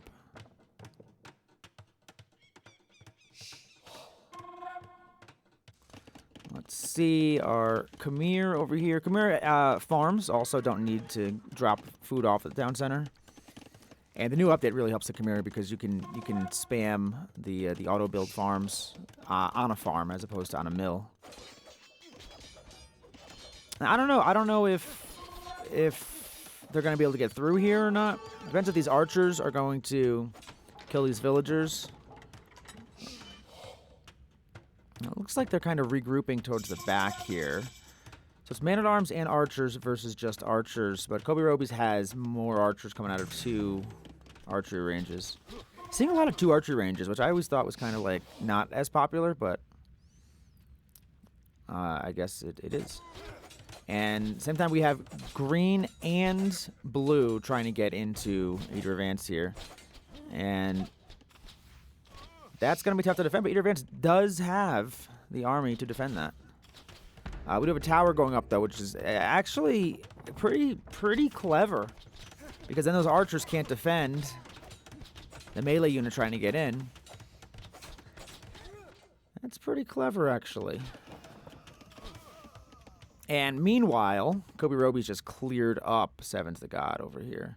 And Kobe Robies is moving forward. We do have skirmishers on defense for Seven's the God. So they made the switch into skirmishers pretty quickly, knowing that they were going to lose that army. And it is just an army of archers. So skirmishers can hold that, but you're going to need probably more than 3. I wouldn't take that fight with just 3. And they had their gather point set outside, I think, is the issue there. Gather points cause more damages, more deaths than drunk driving, I think. It's just gather points, when you forget about them. But now Yellow is in Castle Age, and Yellow is sending some knights over here to help out Eater Vance. I think last time Eater Vance played on Hideout, it was the same setup, where she was on the left side here, and the pocket, I remember thinking, I don't know if it was the pocket, or I think it was the other flank that wasn't being attacked, just wasn't kind of like helping enough. But we have 2 towers here forward from Bonky. And they can just put their archers in there and take more shots anytime they want, as soon as they look at that. And we on the other side, we have red inside of Seven's the God base. This is going to be bad for Seven's the God. They're making the right units, but they only have 4 skirmishers, and they're taking fights with these skirmishers before they're massed up. Also, do these skirmishers have no blacksmith upgrades on them? We do have fletching from a red player here, Kobe Robies, as the Italians.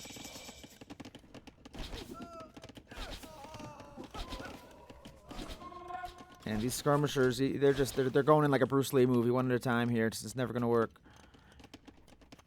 Yeah, the skirmisher, you gotta mass the skirmishers.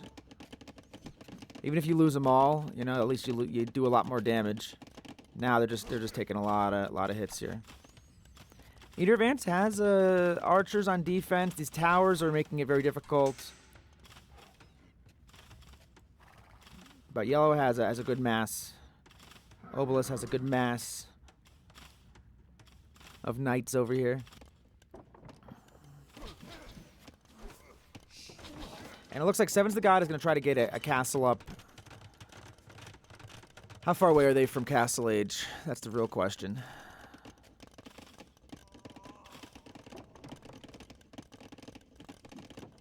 Here, I put it down here. Seven's the God has 100 food and 400 gold. And they have 1 on food, so they're not really anywhere near Castle Age. So I don't know if they're going to maybe try to build towers. They're going to try to just save up and get to Castle Age, but they're in trouble. A couple towers would help, but it's tough to get towers up when you have archers in your base. And all the pressure coming from the north to the south here, from the top to the bottom.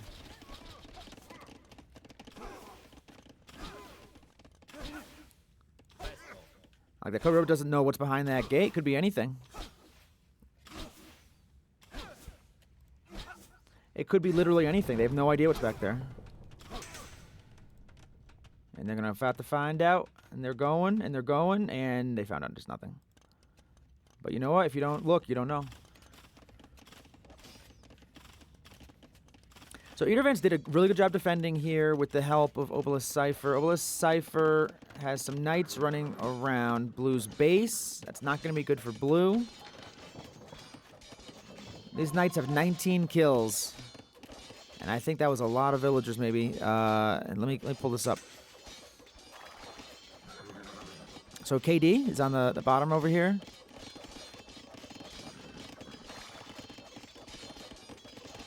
This one that says Eco KD. Yeah, that's what I want to see. Yeah, Bonky lost 9 villagers. Not great. We have the knights from Skills Tack Kills here.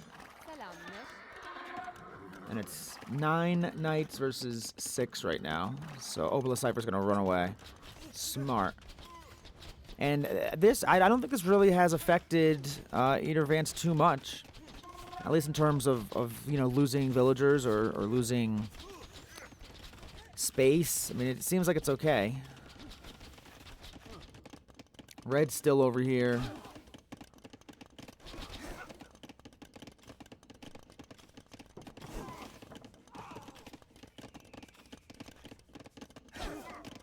And Red's just picking off some villagers. 25 kills for this group. Knight a house. Seven's the God needs to stabilize here. Seven's the God would really like to be in Castle Age right now. And it doesn't look like they have a chance. I think if they can get a castle up here to kind of slow this down, but then you have to think what's going to come after this, right?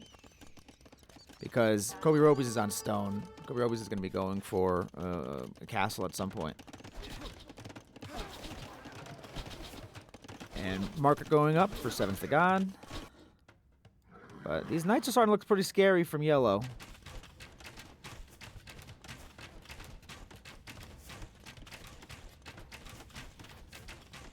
Green's knights moving into the front of Eater of Ants.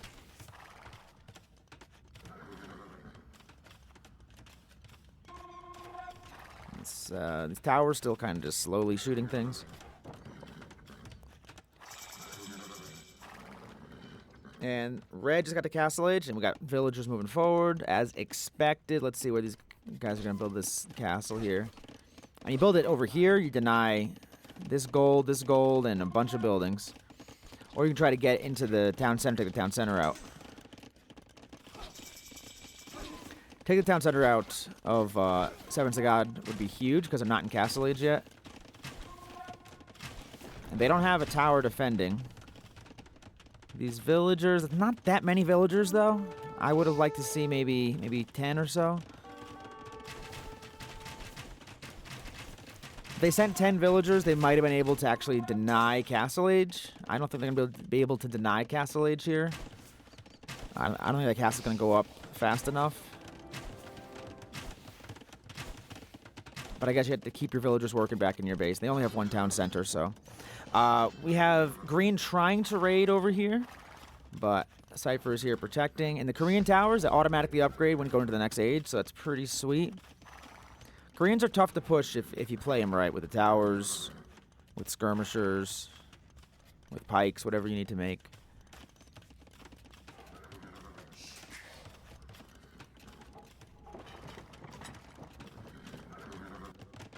And Red Tower is going to go up. Castle Age is at 80%, so I don't think it's going to cause much of an issue. The castle's at 80%.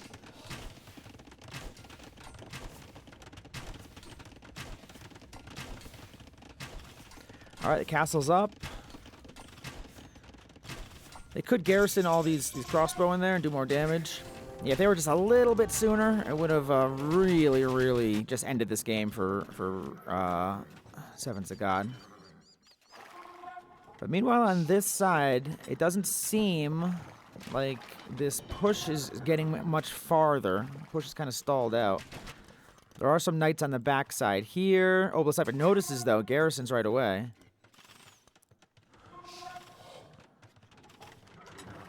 But now I'm curious if Skills Tat Kill is going to go for red, because red is pretty exposed in their base. They could break through here, kill a bunch of ills, disrupt the economy, and only one TC.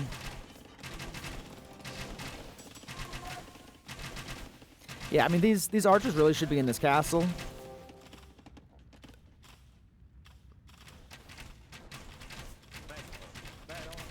They're going for this tower with their archers.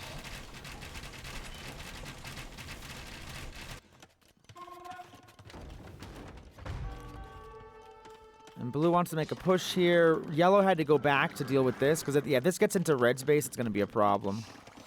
But still, no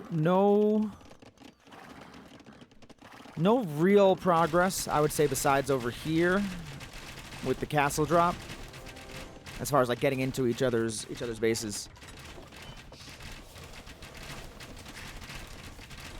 This town center is going to go down. There's a second town center here and a third town center going up for Sevens the God. So Sevens the God is kind of stabilizing a little bit.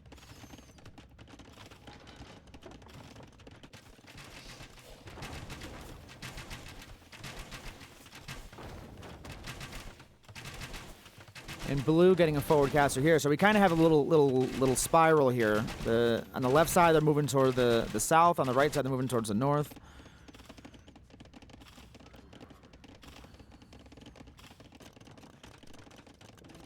Nice castle coming up from Skills Tat Kills. That's a really, really good spot for a castle there. It's going to be really tough to push through this backside with that castle there. And these knights are just running away.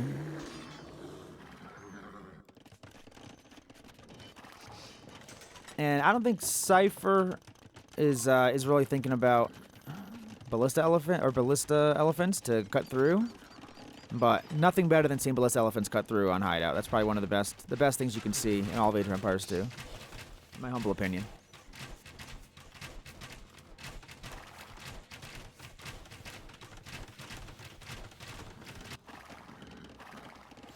I don't know, maybe a few walls would have helped all of this. Little map wall here. It's not that big of a place to wall. Like, see, like this thing right here, if you're teal. Oof, that's rough. Teal's gonna lose the second town center here.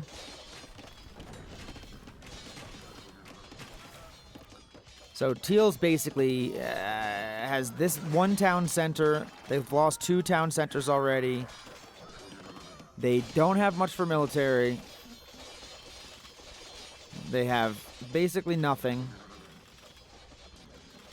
They're losing population space even if they could make units. Yeah, Teal is in trouble, and I don't think Teal has run any villagers. I don't think they really got any villagers out. They're trying to right now, but if Yellow just dives that TC, it's GG for Teal. Teal went forward with a castle over here. Teal, you madman. Sevens the God. I think that castle probably would have done a lot better backwards, because this isn't really doing much over here, and probably can be taken out, but meanwhile, blue kind of still pushing on purple, but purple is still holding. Second town center. And look at the score lead. The north team has a much bigger score.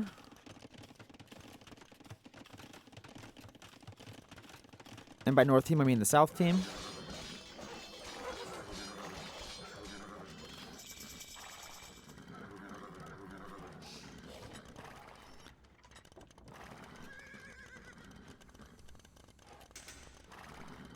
Yellow trying to push the opposite pocket here. Now that Sevens the God is mostly dead. Sevens the God ran some vills up here. That's their entire population.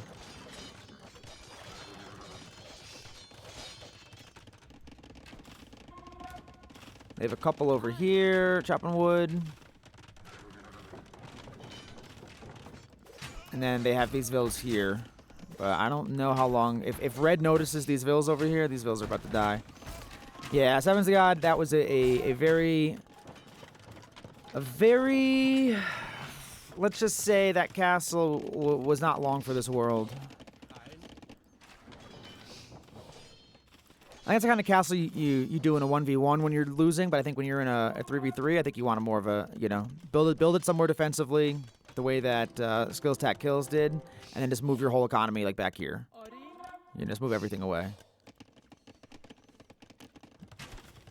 Eater of Ants has been able to hold over here, but Yellow doesn't... Yellow's kind of more on the attack right now, I think.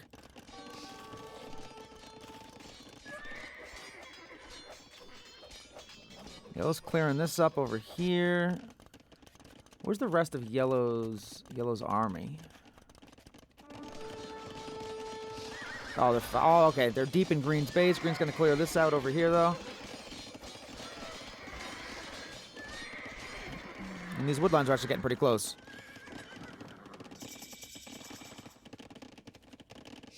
Okay, we have Imp coming in from Yellow. Trebs. Cavalier from Yellow. Is there a world where Skills Tat Kills, Bonky, and Sevens the God can recover from this? I think once these get Treb, it's going to be really tough. Eater of Ants, great job just holding. You know, not really, like, doing a whole lot in terms of kills or anything like that, but just not dying. When you're the lowest player, I think just not dying is huge. Not dying and just adding what you can.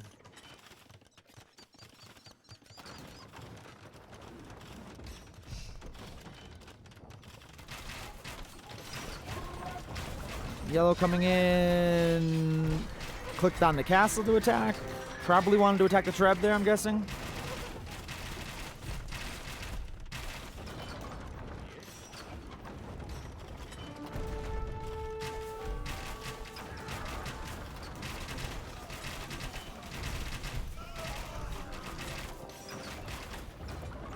Blue's castle looks like it might go down here, unless they can snipe these Trebs. Which does not look like they can. So that's Bonky's castle has gone down. That was their major defensive spot there. And the only thing that the North team had going for them was this little corner here. Red sending their army to this side.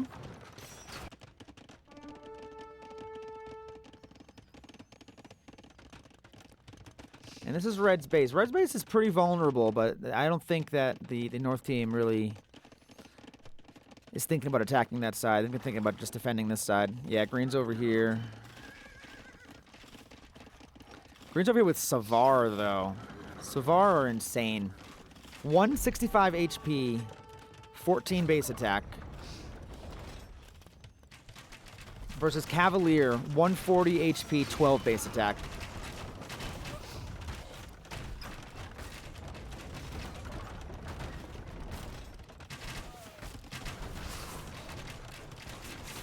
So, I mean, Savar can be the difference maker here, for sure.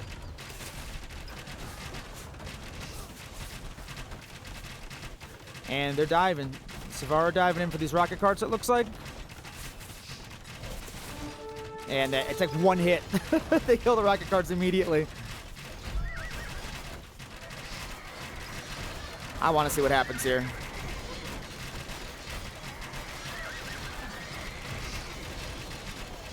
We have some Savar breaking off to try to take down these Trebs, kind of stabilize a little bit.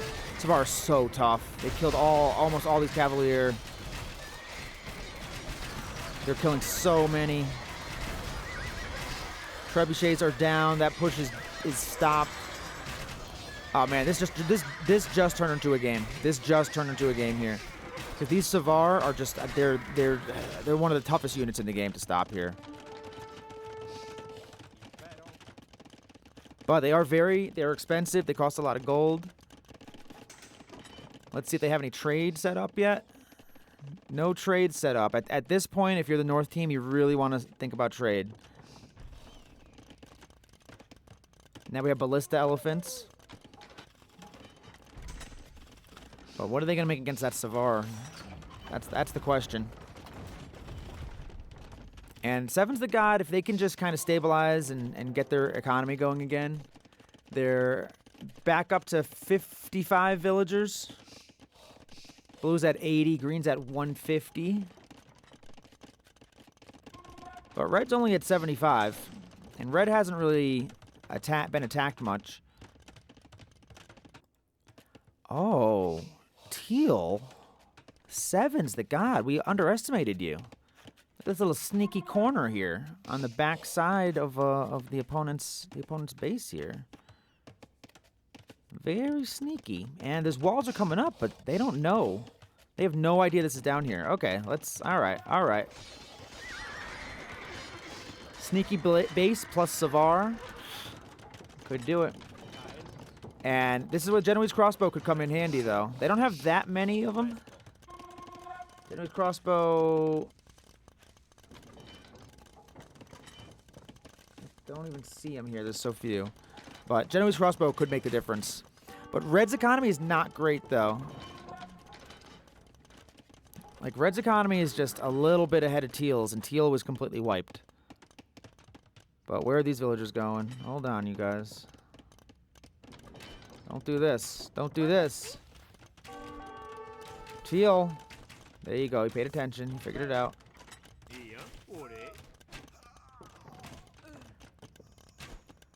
But if Red focuses over here to try to take out Teal again, then they're going to lose focus over here, so...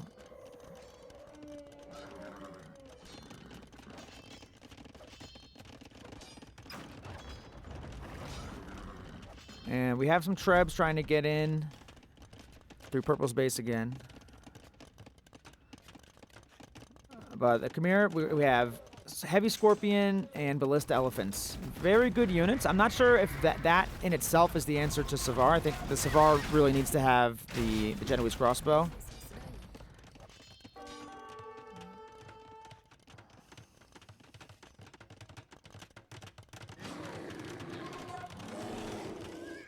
This group of Savar has 6,700 HP. Compare that to these Ballista Elephants. I mean, there's only a handful of them, but they have 1,000 HP. And, I mean, Savar, they can come in here, they can raid, and how are they going to stop them? Only Genoese crossbow are really the units being made right now that can stop them. And even then, you still need a lot. Savar is so tough. And they're in. I mean, they're not walled on the left side at all. I think these are kind of mostly kind of exploring a bit. They want to see what's over here so that they can raid. But we do have some castles here.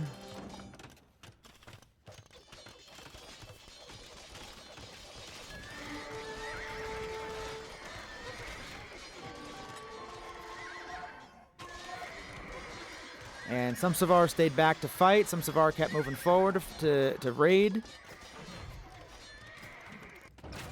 Meanwhile, up here, blue is back pushing purple here. This is a great game. This is a great game. The team of the North was in a really bad spot. This sneaky base from Seven Zakata, I'm in love with it. And the score is reflecting the North coming back too. It's only 8,000 to 9,000. Before it was a bit more. Red could, in theory, take over this whole base too. There's still gold in this base. Like, this gold's going to be very important, I have a feeling.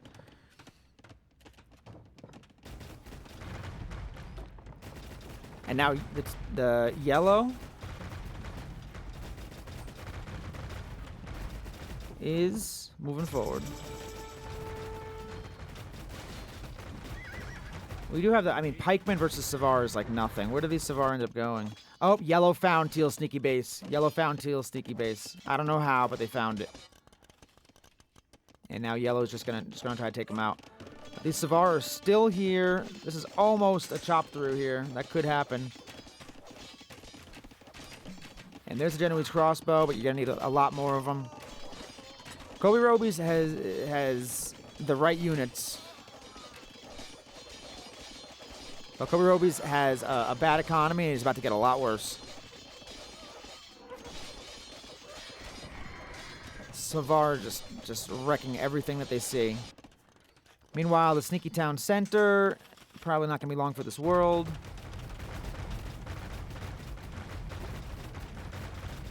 And once you get that many heavy scorpions,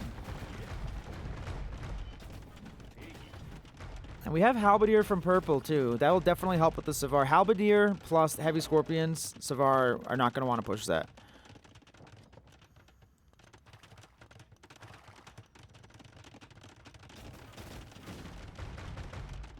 Heavy Scorpion's just flattening that Trebuchet.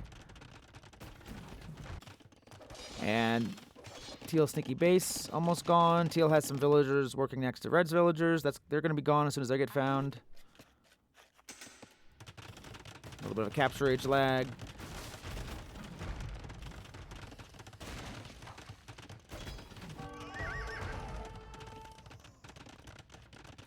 There's some bomber cannons coming out from blue here. And gather points, man. I keep telling you, gather points are going to be the death of you. Nothing kills you more than gather points. Like, where's this trebuchet going?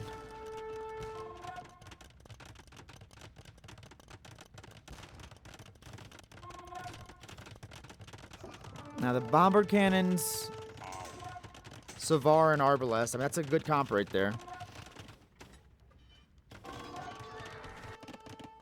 But now I'm more worried about Teal being found and how's Teal going to hold this. And Red's getting their economy much better than it was. Much, much, much better. And there's some trade happening in the south. Let's see if there's any trade happening. Capture rate is getting a little laggy. Yep, they're setting up trade in the north now, too. But how far are they going to go with the trade? That's the question. All the way to here. I think Teal almost needs to... I wish Teal had a wall, or someone on the north team had a wall there. I feel like that's going to be a problem. But these Savar are getting some raids, though.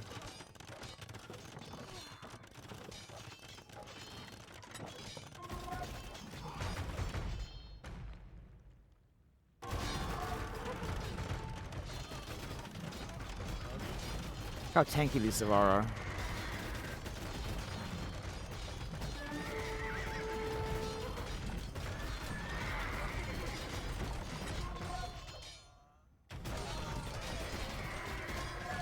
And that was green taking this gold, and now he's getting pushed off of that gold. And as good as Savar are, they are expensive. And yellow's moving forward with some villagers on the right side. I think they're going to try to build a castle, maybe.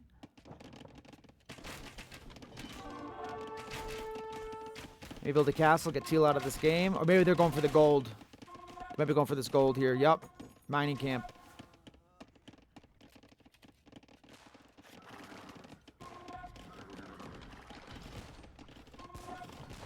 These bombard cannons are pretty exposed, and there's bombard cannons from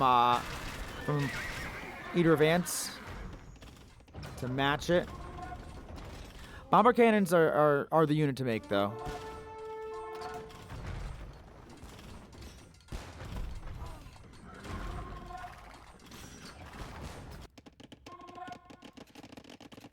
Just want to see if there's any wood. We're getting close to the wood. These two are getting kind of close together. This is a crazy game. After the first few raids, I did not see this game going this late. I'll be honest. I thought that this was going to be a wipe from the bottom to the top, but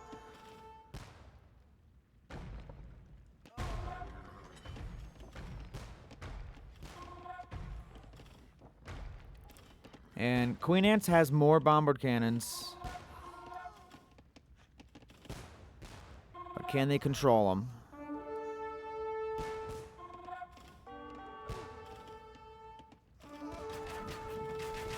One bomber cannon down for Queen Ants. Still two left from for Bonky in the blue. And yellow just cleared those up.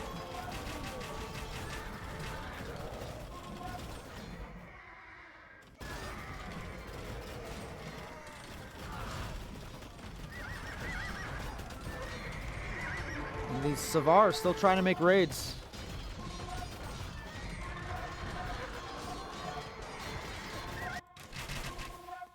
And over here, looks like Red is taking over Teal again. And red and yellow both taking this gold. Gold's going to be very important. Trade's going to be very important. And once if red can move to the north here and get into this trade line, that's going to be a big problem for the north team. And this game could still go either way.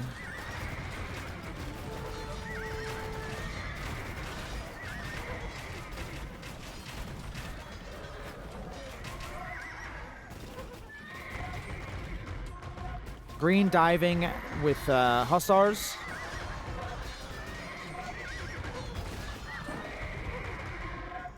I'm not sure if they killed any heavy scorpions, but they lost a lot of Hussars. But, I mean, Hussars the unit you can spam right now. And that's exactly what Green's doing. Let's look at some of the resources here. So gold is everyone still has some gold? Yellow has 48 units on gold here. Must be all the trade. Yeah.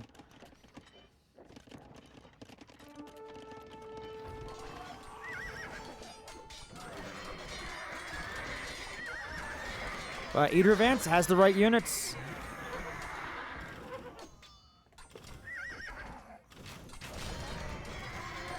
This comes down to coordination because they both have counter units.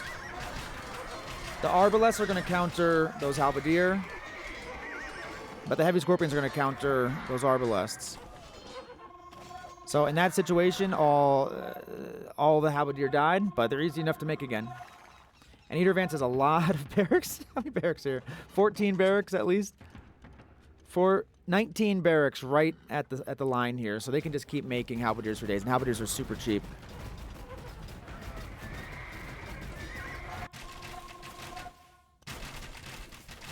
Halberdiers are cheap. Are they cheaper for Koreans, actually? Hold on.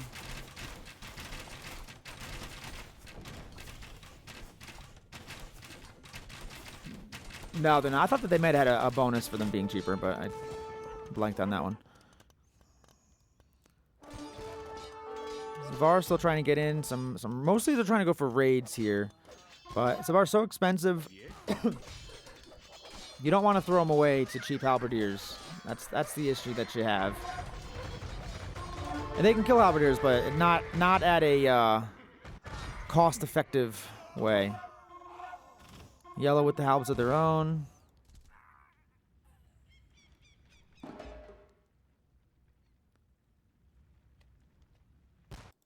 And now red's getting up here, but we do have skirmishers.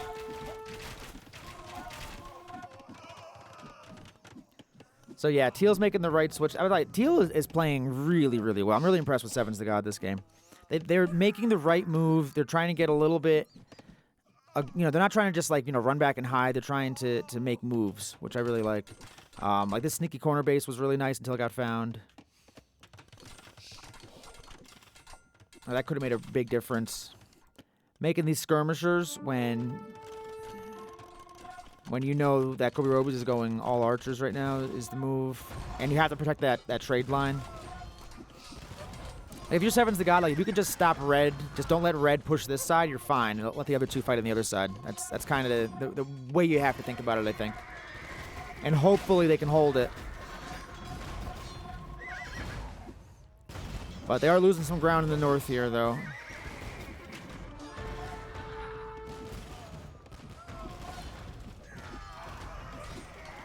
Savar diving for the bombard cannons, but they're going to get hit by a massive group of scorpions, and maybe they got one. That's a lot of bombards. It's a lot of bombards from purple, a lot of scorpions. That's a lot of halberdiers. That's a great comp. I mean, as far as endgame comps go, it doesn't get much better than that. You can push with the bombards. Two of these bombards got flattened. I don't even know by what. I think one bombard cannon hit a shot right in between them. That's 12 bombard cannons. How many shots from 12 bombard cannons does it take to take down a castle? About to find out. That was about 4, about 5, maybe 6, 7. Look how far these heavy scorpions can shoot, too. The range on them is nuts.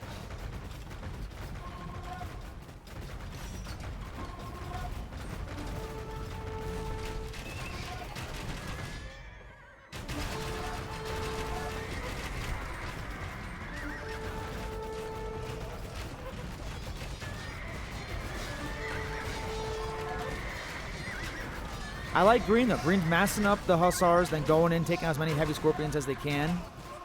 There's not a lot of gold left on the map, I'm sure. There's 3,000 gold left on the whole map.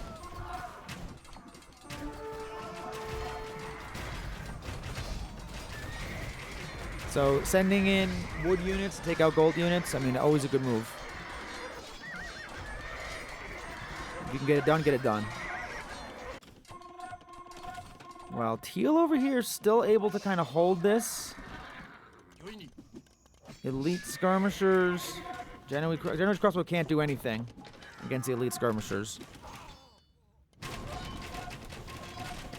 And I don't think that yellow or definitely not purple. I don't think yellow is going to be able to send anything to help over there.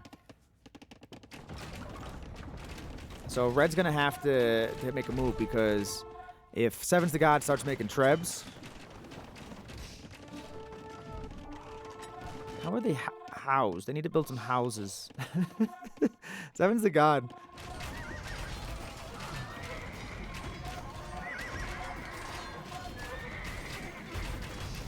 And this is just a battleground over here. Not a lot of progress being made in either direction. It just seems like the team on the south is kind of slowly pushing in and making progress, but if you look at it, it's really just the same kind of battleground. Took out a castle. Maybe some more production buildings forward would make this push a little bit easier too. The key is these bomber cannons, down to 9 bombard cannons though. There was 12 before. And bomber cannons are very expensive and take a long time to produce. So once you lose them, it's tough to replace them. And we have 4 bomber cannons from blue. But yeah, if you're purple, you just control these bomber cannons.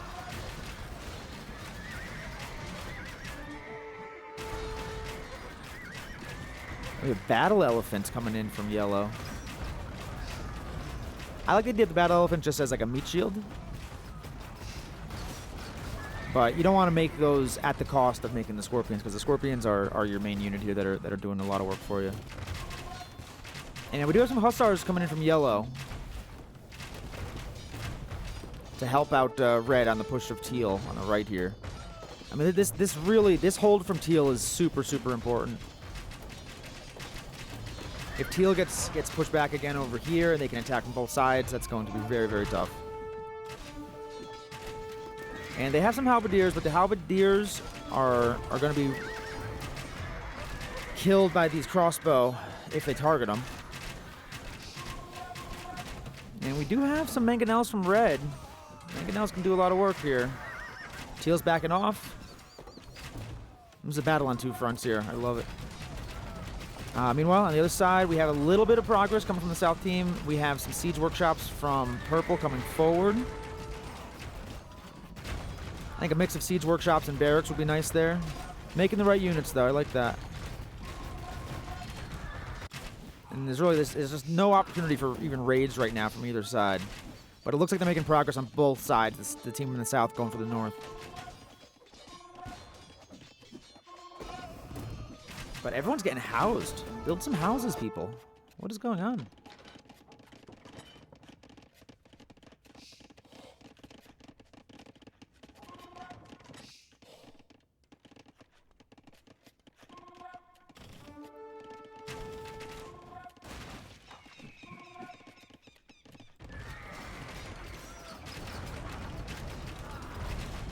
And there's those bears I was talking about. Yes. Need your advance. That's the move.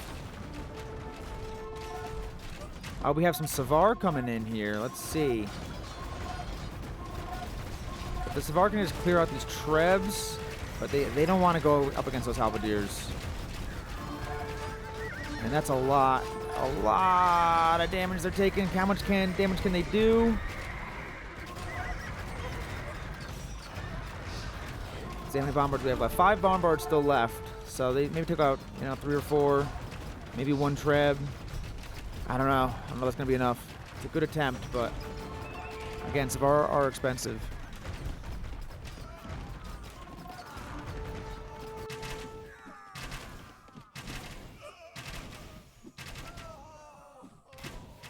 Just a handful of Hussars here, just helping from yellow for this push on the right.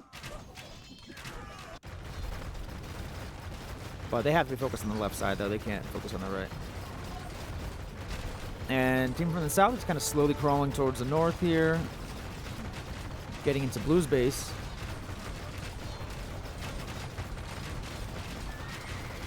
I kind of like these like range and capture age. You can turn it off, I'm pretty sure, obviously, but I like seeing it. It's kind of useful.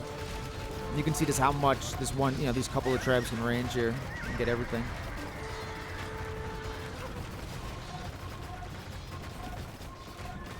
And they're pretty close to the point team on the south where they can get into the trade line for the team on the north. Teal somehow still holding the line here. It's really impressive. Red's like rethinking this. Like, okay, I'm gonna need more than just crossbow, than Genoese crossbow. They could just mix in some skirmishers of their own. Purple, what are you doing over here? Why are you over here, Purple, with halberdiers? I don't know. Maybe that was a misclick or something. Purple, focus over here. That's really funny.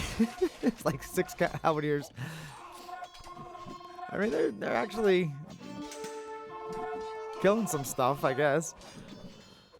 That's funny.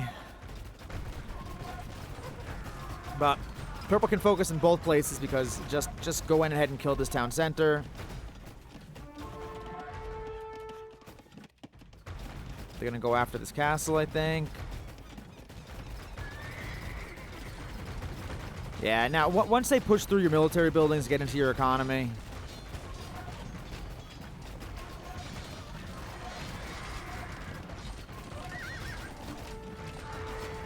And green just has to run away, doesn't have enough.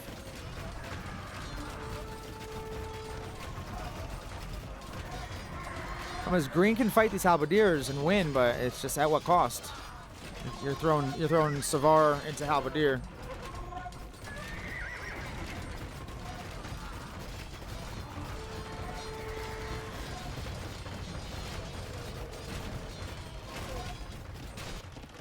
That's a battle. This TC's dead. This castle's dead.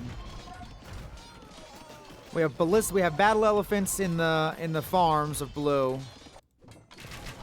And now yellow says, you know what? I'm just gonna focus on the right side now. I don't even need to worry about the left side anymore. We have Bombard, Mangonels, Genoese crossbow. Kobe Robies does not believe in trash units. Kobe Robies only makes gold units. That's what I've learned from this game.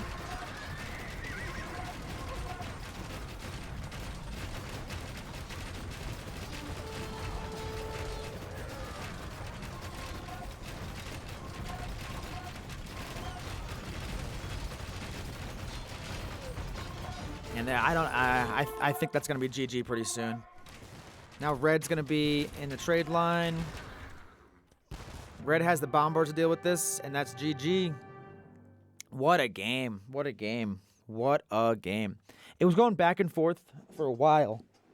Let me sip my coffee. That's good coffee. Guatemalan coffee. It's the best. They have... Man, that was a good game. I'm out of words here. Red took out Teal completely. Teal had, I think, 30 villagers at one point. Sent 10 down here to build a castle. This castle got taken out like immediately. Went down here and built a little sneaky town center. Here it is, right here. I mean, just so many things happened in that game. So many times it could have gone either way. Just insanity, absolute insanity. So I want to get to the very end here and see. There we go. And then this push, I think, honestly, if I'm giving MVPs, which, hey, it's my video, I can give MVPs. I'm giving it to Eater of Ants. It's tough. It's tough. Honestly, everyone on the South did so well. Eater of Ants, I would say, outplayed their ELO by 300. I mean, they just did so good. Queen Ant's team was averaged 1,504. I don't know if I said this in the beginning. 1,504 ELO. Seven's the God was 1660, and most of that was Queen Anne's, only like a 1200. And what they did with with holding during the beginning there, let's go back to the earlier, holding the beginning with the tower rush, with the push, it was very, very tough, very impressive. And then at the end, making all those halberdiers just made the perfect comp to complement their teammates, because when Teal got wiped essentially, and then Red actually went to the other side and was fighting on the other side, and Red was helping out Eater Vance, Red was helping out Yellow, Cypher. I mean, just an overall great game, just a really, really good game. Let's just take a look at the statistics. Most units made halberdier by Eater Vance. I'm not surprised, or by their team, I guess. That's funny. Genoese crossbow was the third most made unit, and honestly, I don't think that was the right unit, because they weren't going, like, in the beginning they were going up against possibly like Savar and Knights, but towards the end they were going up against skirmishers. So maybe switch into something that kills skirmishers a little better. Eventually they went Mangonel, so that was good. Savar, number 2 most made unit on the other team, and then Hussars. Impressive, just impressive. Let's go through these stats real quick. That was one of the best games. That was a hell of a game. Military from Eater Vance, not surprised by that. So if I'm giving MVPs, okay, I think I'm giving it to Eater Vance because I think that they just held so much far above their elo, and I'm giving it to Seven's the God because that hold on the right was just insane. That was such a tough position to be in for so long, and just always made the right units, always made the right counters, and just made the right decisions. Kobe Roby's, man, you are a fun player to watch. Just no trash units. Just didn't make any trash. I'm just making all gold units the whole game. I don't care what you make. I don't care if your trash units counter my gold units. I'm just going to overpower you with stronger units at all times. And hey, it worked. Yeah, see, Cypher had the right mindset trading. Bonky had the right mindset trading. Skills that killed has the relics. Great imp time for Cypher, 35. Probably had 3 TCs at that point. And skills tag kills had 150 villagers. And then here's your APM. Kobe Rose with the crazy APM spikes. Click, click, click, click, click, click, click, click, click. Click, click, click, click. That's the move. All right, so that's game 11. I'm going to go ahead and bring you game 12 coming up next. See ya. All right, we are back, baby. The only thing I have to change is one quick thing. I'm not going to stop the game for. This is game 12. So this is actually the same teams, and they are playing a rematch on Land Madness is the name of the map here. Land Madness, awesome map. Just a lot of square wood lines. You cannot build on certain parts of these wood lines, so you can't build where this is like rocky terrain here, right? We did have some color changes, so don't assume these are the same colors. I could change the colors back, but I'm not going to. We have Kobe Robies playing as the Magyars. Kobe Robies was Archer's last game, playing as the Italians, did a lot of non-boomy stuff, and then a lot of attacking. So now playing kind of more as the pocket here for their team. We have Obelisk Cypher playing as the Saracens up in the teal. We have Eater of Ants playing as the Ethiopians. I think we've seen Eater of Ants play as the Ethiopians a few times. I think. I could be wrong. And then we have, on the other side, Seven's the God is now not teal, instead is orange. Bonky is red, playing as the Huns. Huns don't need houses, in case you needed a reminder of that. You don't build houses with Huns. I find playing as the Huns good in some ways, like fun, but I find that I always want to build walls with houses, and I just have to remember, I don't have houses. I don't play with the Huns enough to know that. And then we have skills, Tat Kills playing as the Lithuanians. Lithuanians famous for their relic bonus, and they have a relic right here. So let's see if they get that. But Landmass is a pretty cool map. It's I'm trying to remember if you can build walls on these. I don't think you can. I don't think you can build anything on this rocky terrain here. Like I think you're kind of just stuck there. So let's see what we get. I was surprised by Queen Ant's team winning last game. I thought that they were kind of the underdog, but they really showed up and gave it their all, and I think they played really well. But Sevens the Gods are the higher elo players. They should be the better team. This map I think is a little more straightforward. Maybe I don't know if straightforward is the word I want to use, but it's more like you can't so much hide as the pocket. If that makes any sense. Like the pocket is not as hidden as it is in the last map. So last map is called Hideout. So that makes sense. This was all these games, at least in this video, are before the most current patch, which you can shoot from the town center and not lose your boars. So it's pretty good. Also, like the Magyars, I think got a boost in the Magyar Hussar, but they won't get that boost anymore. Or they don't get that boost yet, I should say, because this patch has not been released at the time this was played. So we're going to see how this goes. Fun fact, so my dog is in the room with me, one of my dogs, and he loves the sound of Age of Empires. He always hears like the sheep and the cows and the chickens and things like that. He just thinks that they're animals. And I have the speakers off, but I guess he can hear it through my headphones because he's like looking around. So that's fun. Some good deer pushing in for Sevens the God.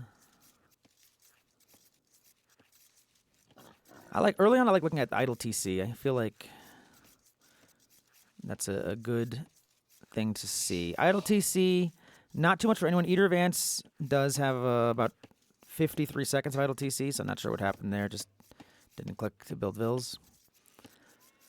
She's pushing deer, so that does take your mind off of it. But everyone else is running around like 15 seconds or so of idle TC, which is less than ideal, but not terrible. Skills attack kills, only 4 seconds of idle TC. Pretty solid. So Lithuanians, Huns, and Sevens the God is playing as the Shu, by the way. The Shu are an interesting civ. Let's look at their tech tree here. So each town center provides 100 food. Spearman line and skirmisher line move 10% faster, and each garrison relic provides +1 attack. Wait, that's not the right one. Oh, that's the Lithuanians, right? Yeah, this is the Shu. I'm an idiot. I'm sorry. I'm reading that. I'm like, that's not right. Archer and siege civ. So lumberjacks generate food in addition to wood. Archery unit techs at the archery range and blacksmith cost -25%, and siege weapons and siege warships move 15% faster in castle and imp. Also, the White Feather Guard it's an interesting unit. I don't think it's super strong, but the War Chariot out of the Siege Workshop is pretty strong. They do get heroes as well, or a hero. Their hero is the Liu Bei. I wonder if we're going to see Liu Bei this game. If I had to vote, I would say no, but let's see. It heals all the nearby units, so that's nice. Whenever I play as any of the hero civs, I always try to make a hero.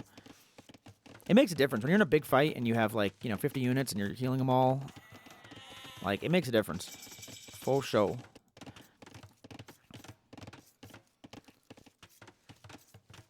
So we have a barracks up from the Lithuanian player. Skills, attack, kills. Curious if we're going to see a stable or we're going to see anything else from skills here. Stable going up from Bonky as the Huns here. You expect that from the Huns. They usually start with scouts and then they'll go into cav archers. Kobe Robies with the stable and a blacksmith coming up, and we have a barracks from Eater of Ants. I think we're going to see archers from Eater of Ants, I would imagine. Are they on gold? Yep, they're starting to get on gold here.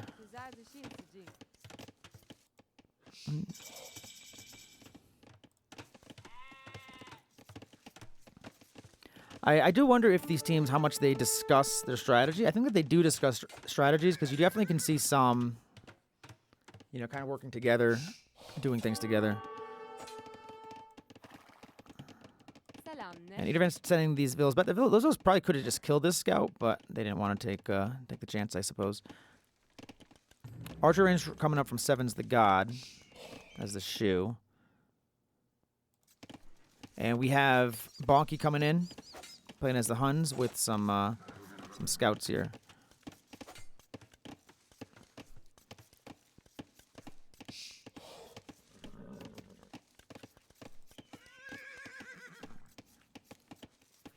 But Green went over to help Teal. Saracens are an interesting civ. Saracens are one of my favorite civs. I don't play them enough anymore.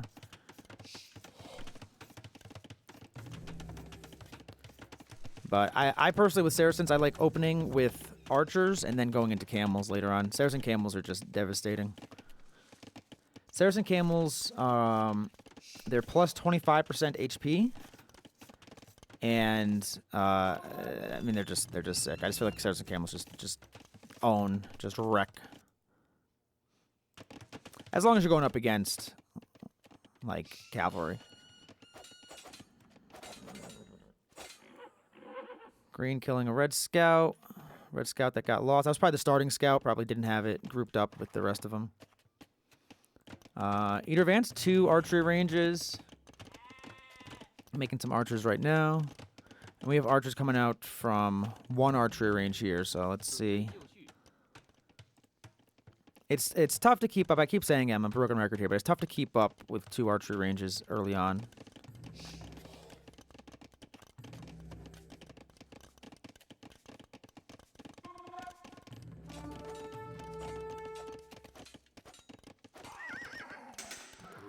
Blue scout taken out.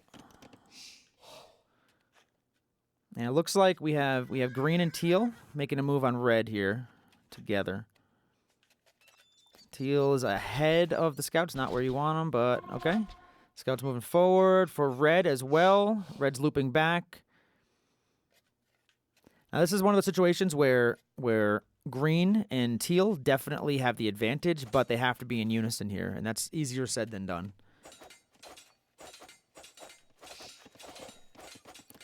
You have to be constantly communicating. You have to be looking at your army. And you have to be looking at your army at the same time that your teammate is looking at their army.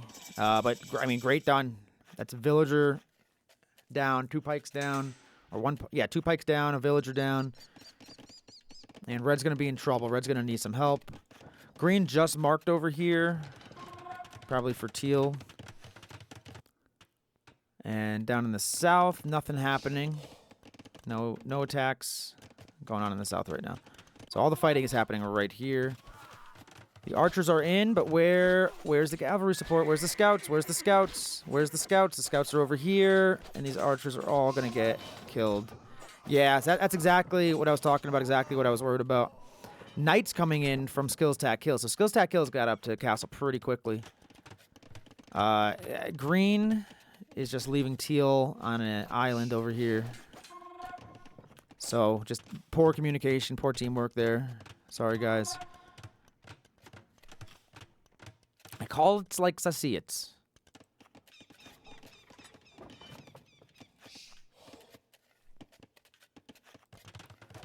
We do have some scouts going for a raid here. Probably trying to get in there before too many knights are out, I'm guessing. But once these knights come out, those scouts really can't do a whole lot. Fast castle into knights is tough, and it's even going to be tougher as the Lithuanians get relics. Not seeing a monastery going up yet, but we'll probably see it. Meanwhile, Eater advanced down in the south here, making some moves. We do have skirmishers for orange to defend, but not there.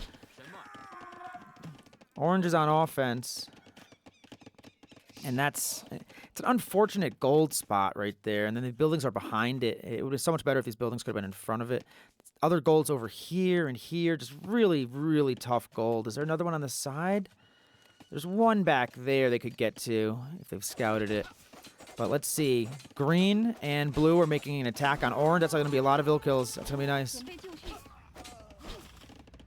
These units have 12 kills. And just, oh, I love it. Snipe the farm before it's even built. Love that. It looks like red's on the back of teal. Red kind of looping around with some scouts. This game, I feel, is going by. It's going happening fast. Like almost everyone's going up to Castle Age right now.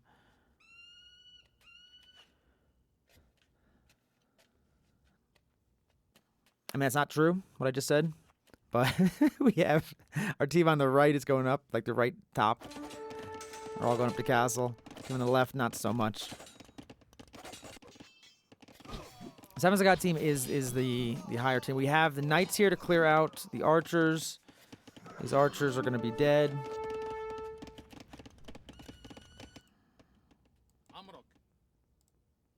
We have Archers for Teal moving in.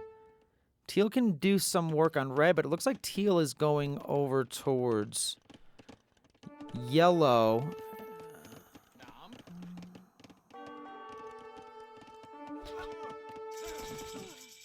Orange attacking Eater advance over here.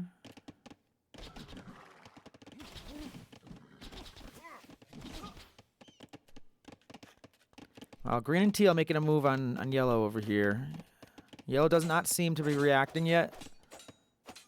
All right, yellow pulling the villas back.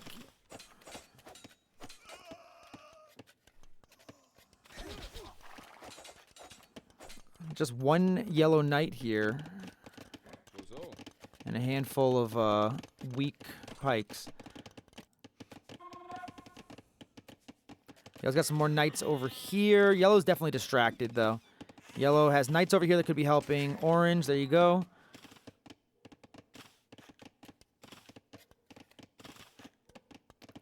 But Eatervant's keeping their villagers working. They need to get on a better gold, though. They need to get a town center on this gold back here or something. Knights came looped around. Moved some of these villagers off of that. It's unfortunate. Yeah, Eatervant is in a tough spot right now.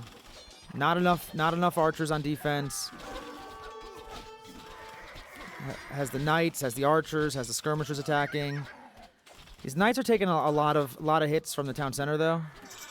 And most of those knights are cleared out. But that was like 4 knights that just killed a lot of villagers, though. That's 7 vills down from Eater Advance.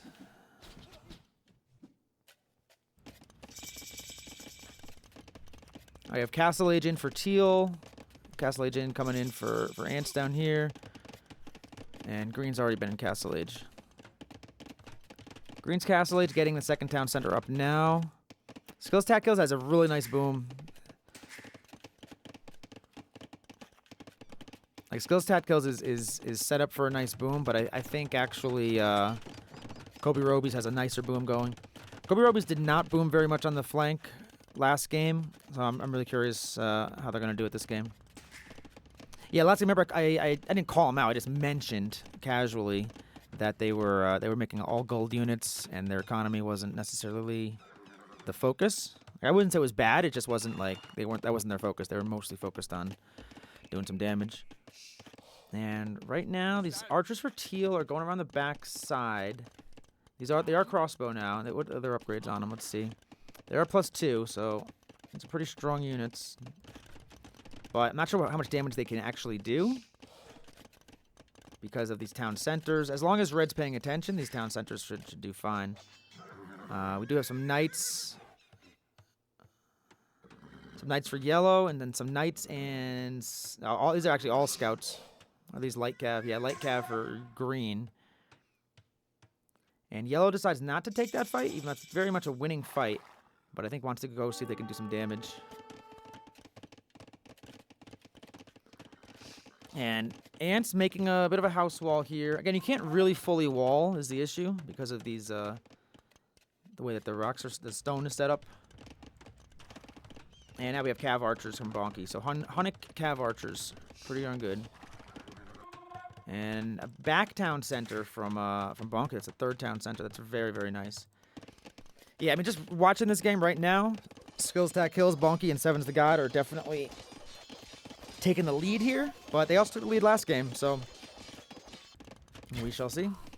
Cav Archer's going to do some work. Man, Cav Archers are so tough.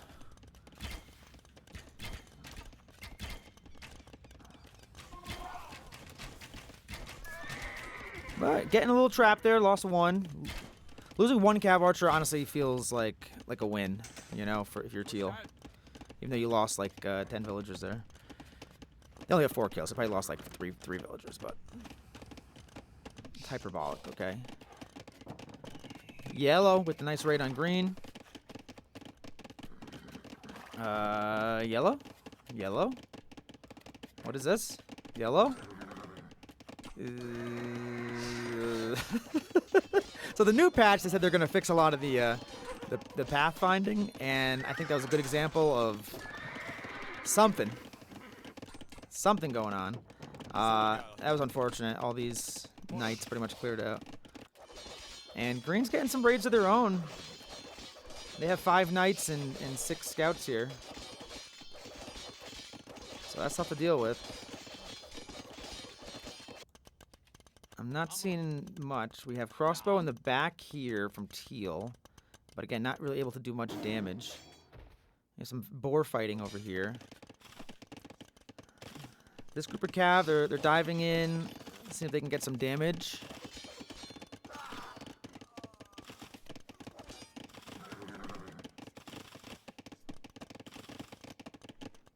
And this is a real. If you're green, you're loving life right now.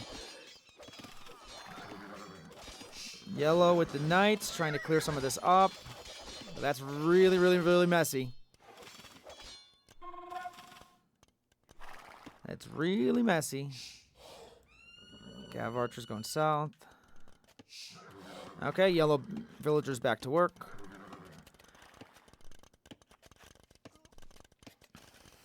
I mean, if you're the team on the right, you're getting raided a lot.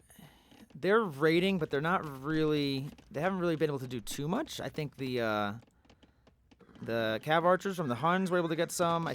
The Knights really. I mean, down here, I don't think that they did very much damage at all.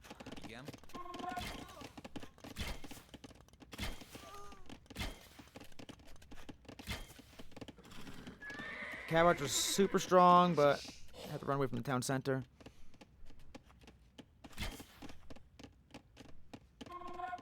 Yeah, and the Cav Archers, I mean, Bonky only has 4 eco kills, so it's not like they're doing that much damage. Teal has actually done more. Oh, man, I can't believe I missed that. So Teal just found. Hang on, let's just go back a second here. I gotta see this. So red was moving forward to this stone here and just lost all these vills. Oh, that's rough. That's not what you want. There was no safer stone to take. The stone right back here. Bonky, I mean, that's a little aggressive going for that stone. They must not have scouted this back stone. That's the only thing I can think of. No, they scouted it. Did they? Hang on, maybe they don't see them.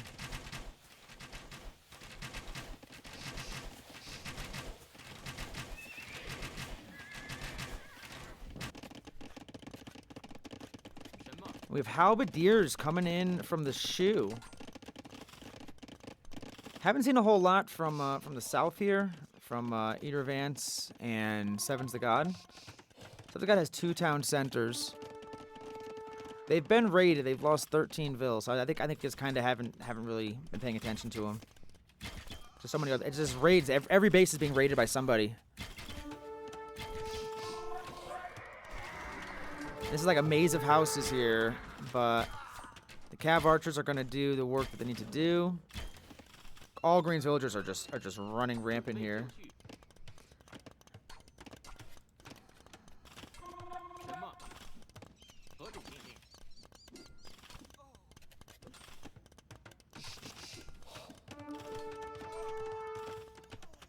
Now red's coming down here. They're kind of triple teaming Kobe Robies a little bit.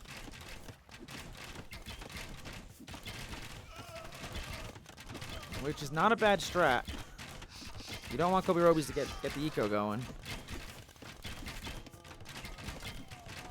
Meanwhile, we have a big ol' crossbow ball here.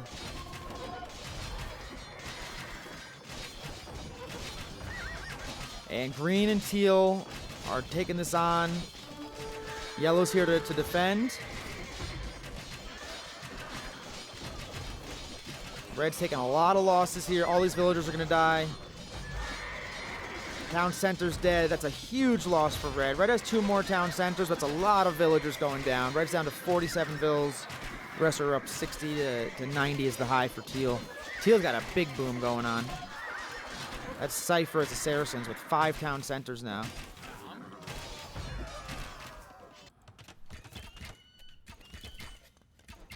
And Red's still over here. Red, you might want to bring your army back to your base. You might need them. And Bonk is just trying to recover here. But Bonk is going to lose his 2nd town center. There's 7 vills in there hiding. They got to run.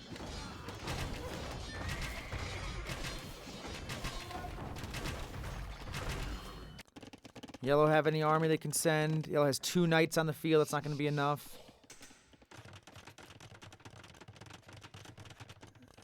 Seven's the God has a militia and 5 skirmishers.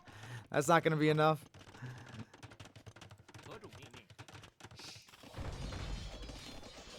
And I'm liking this from the left side here. This is looking like another win for the Queen Ants team here. I mean, Red is almost entirely destroyed. Red's down to 15 villagers. I think they're all in the back here working. I mean, Red is as dead as you get without being full dead. Yellow already quit. Yellow just called it, so that's going to be the GG for him. I mean, great fight from the left side. Amazing boom from Cypher over here. And we're 39 minutes in. We have 6 town centers.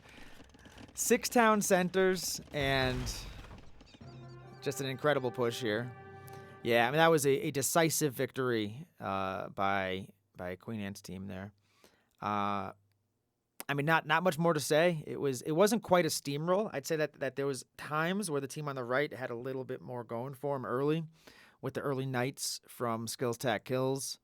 But I think that they just never really did enough damage. They were able to clear out the raids early, but then they weren't able to turn that into anything. So pretty quick game there. That's game 12. I'll go ahead and post this video now. And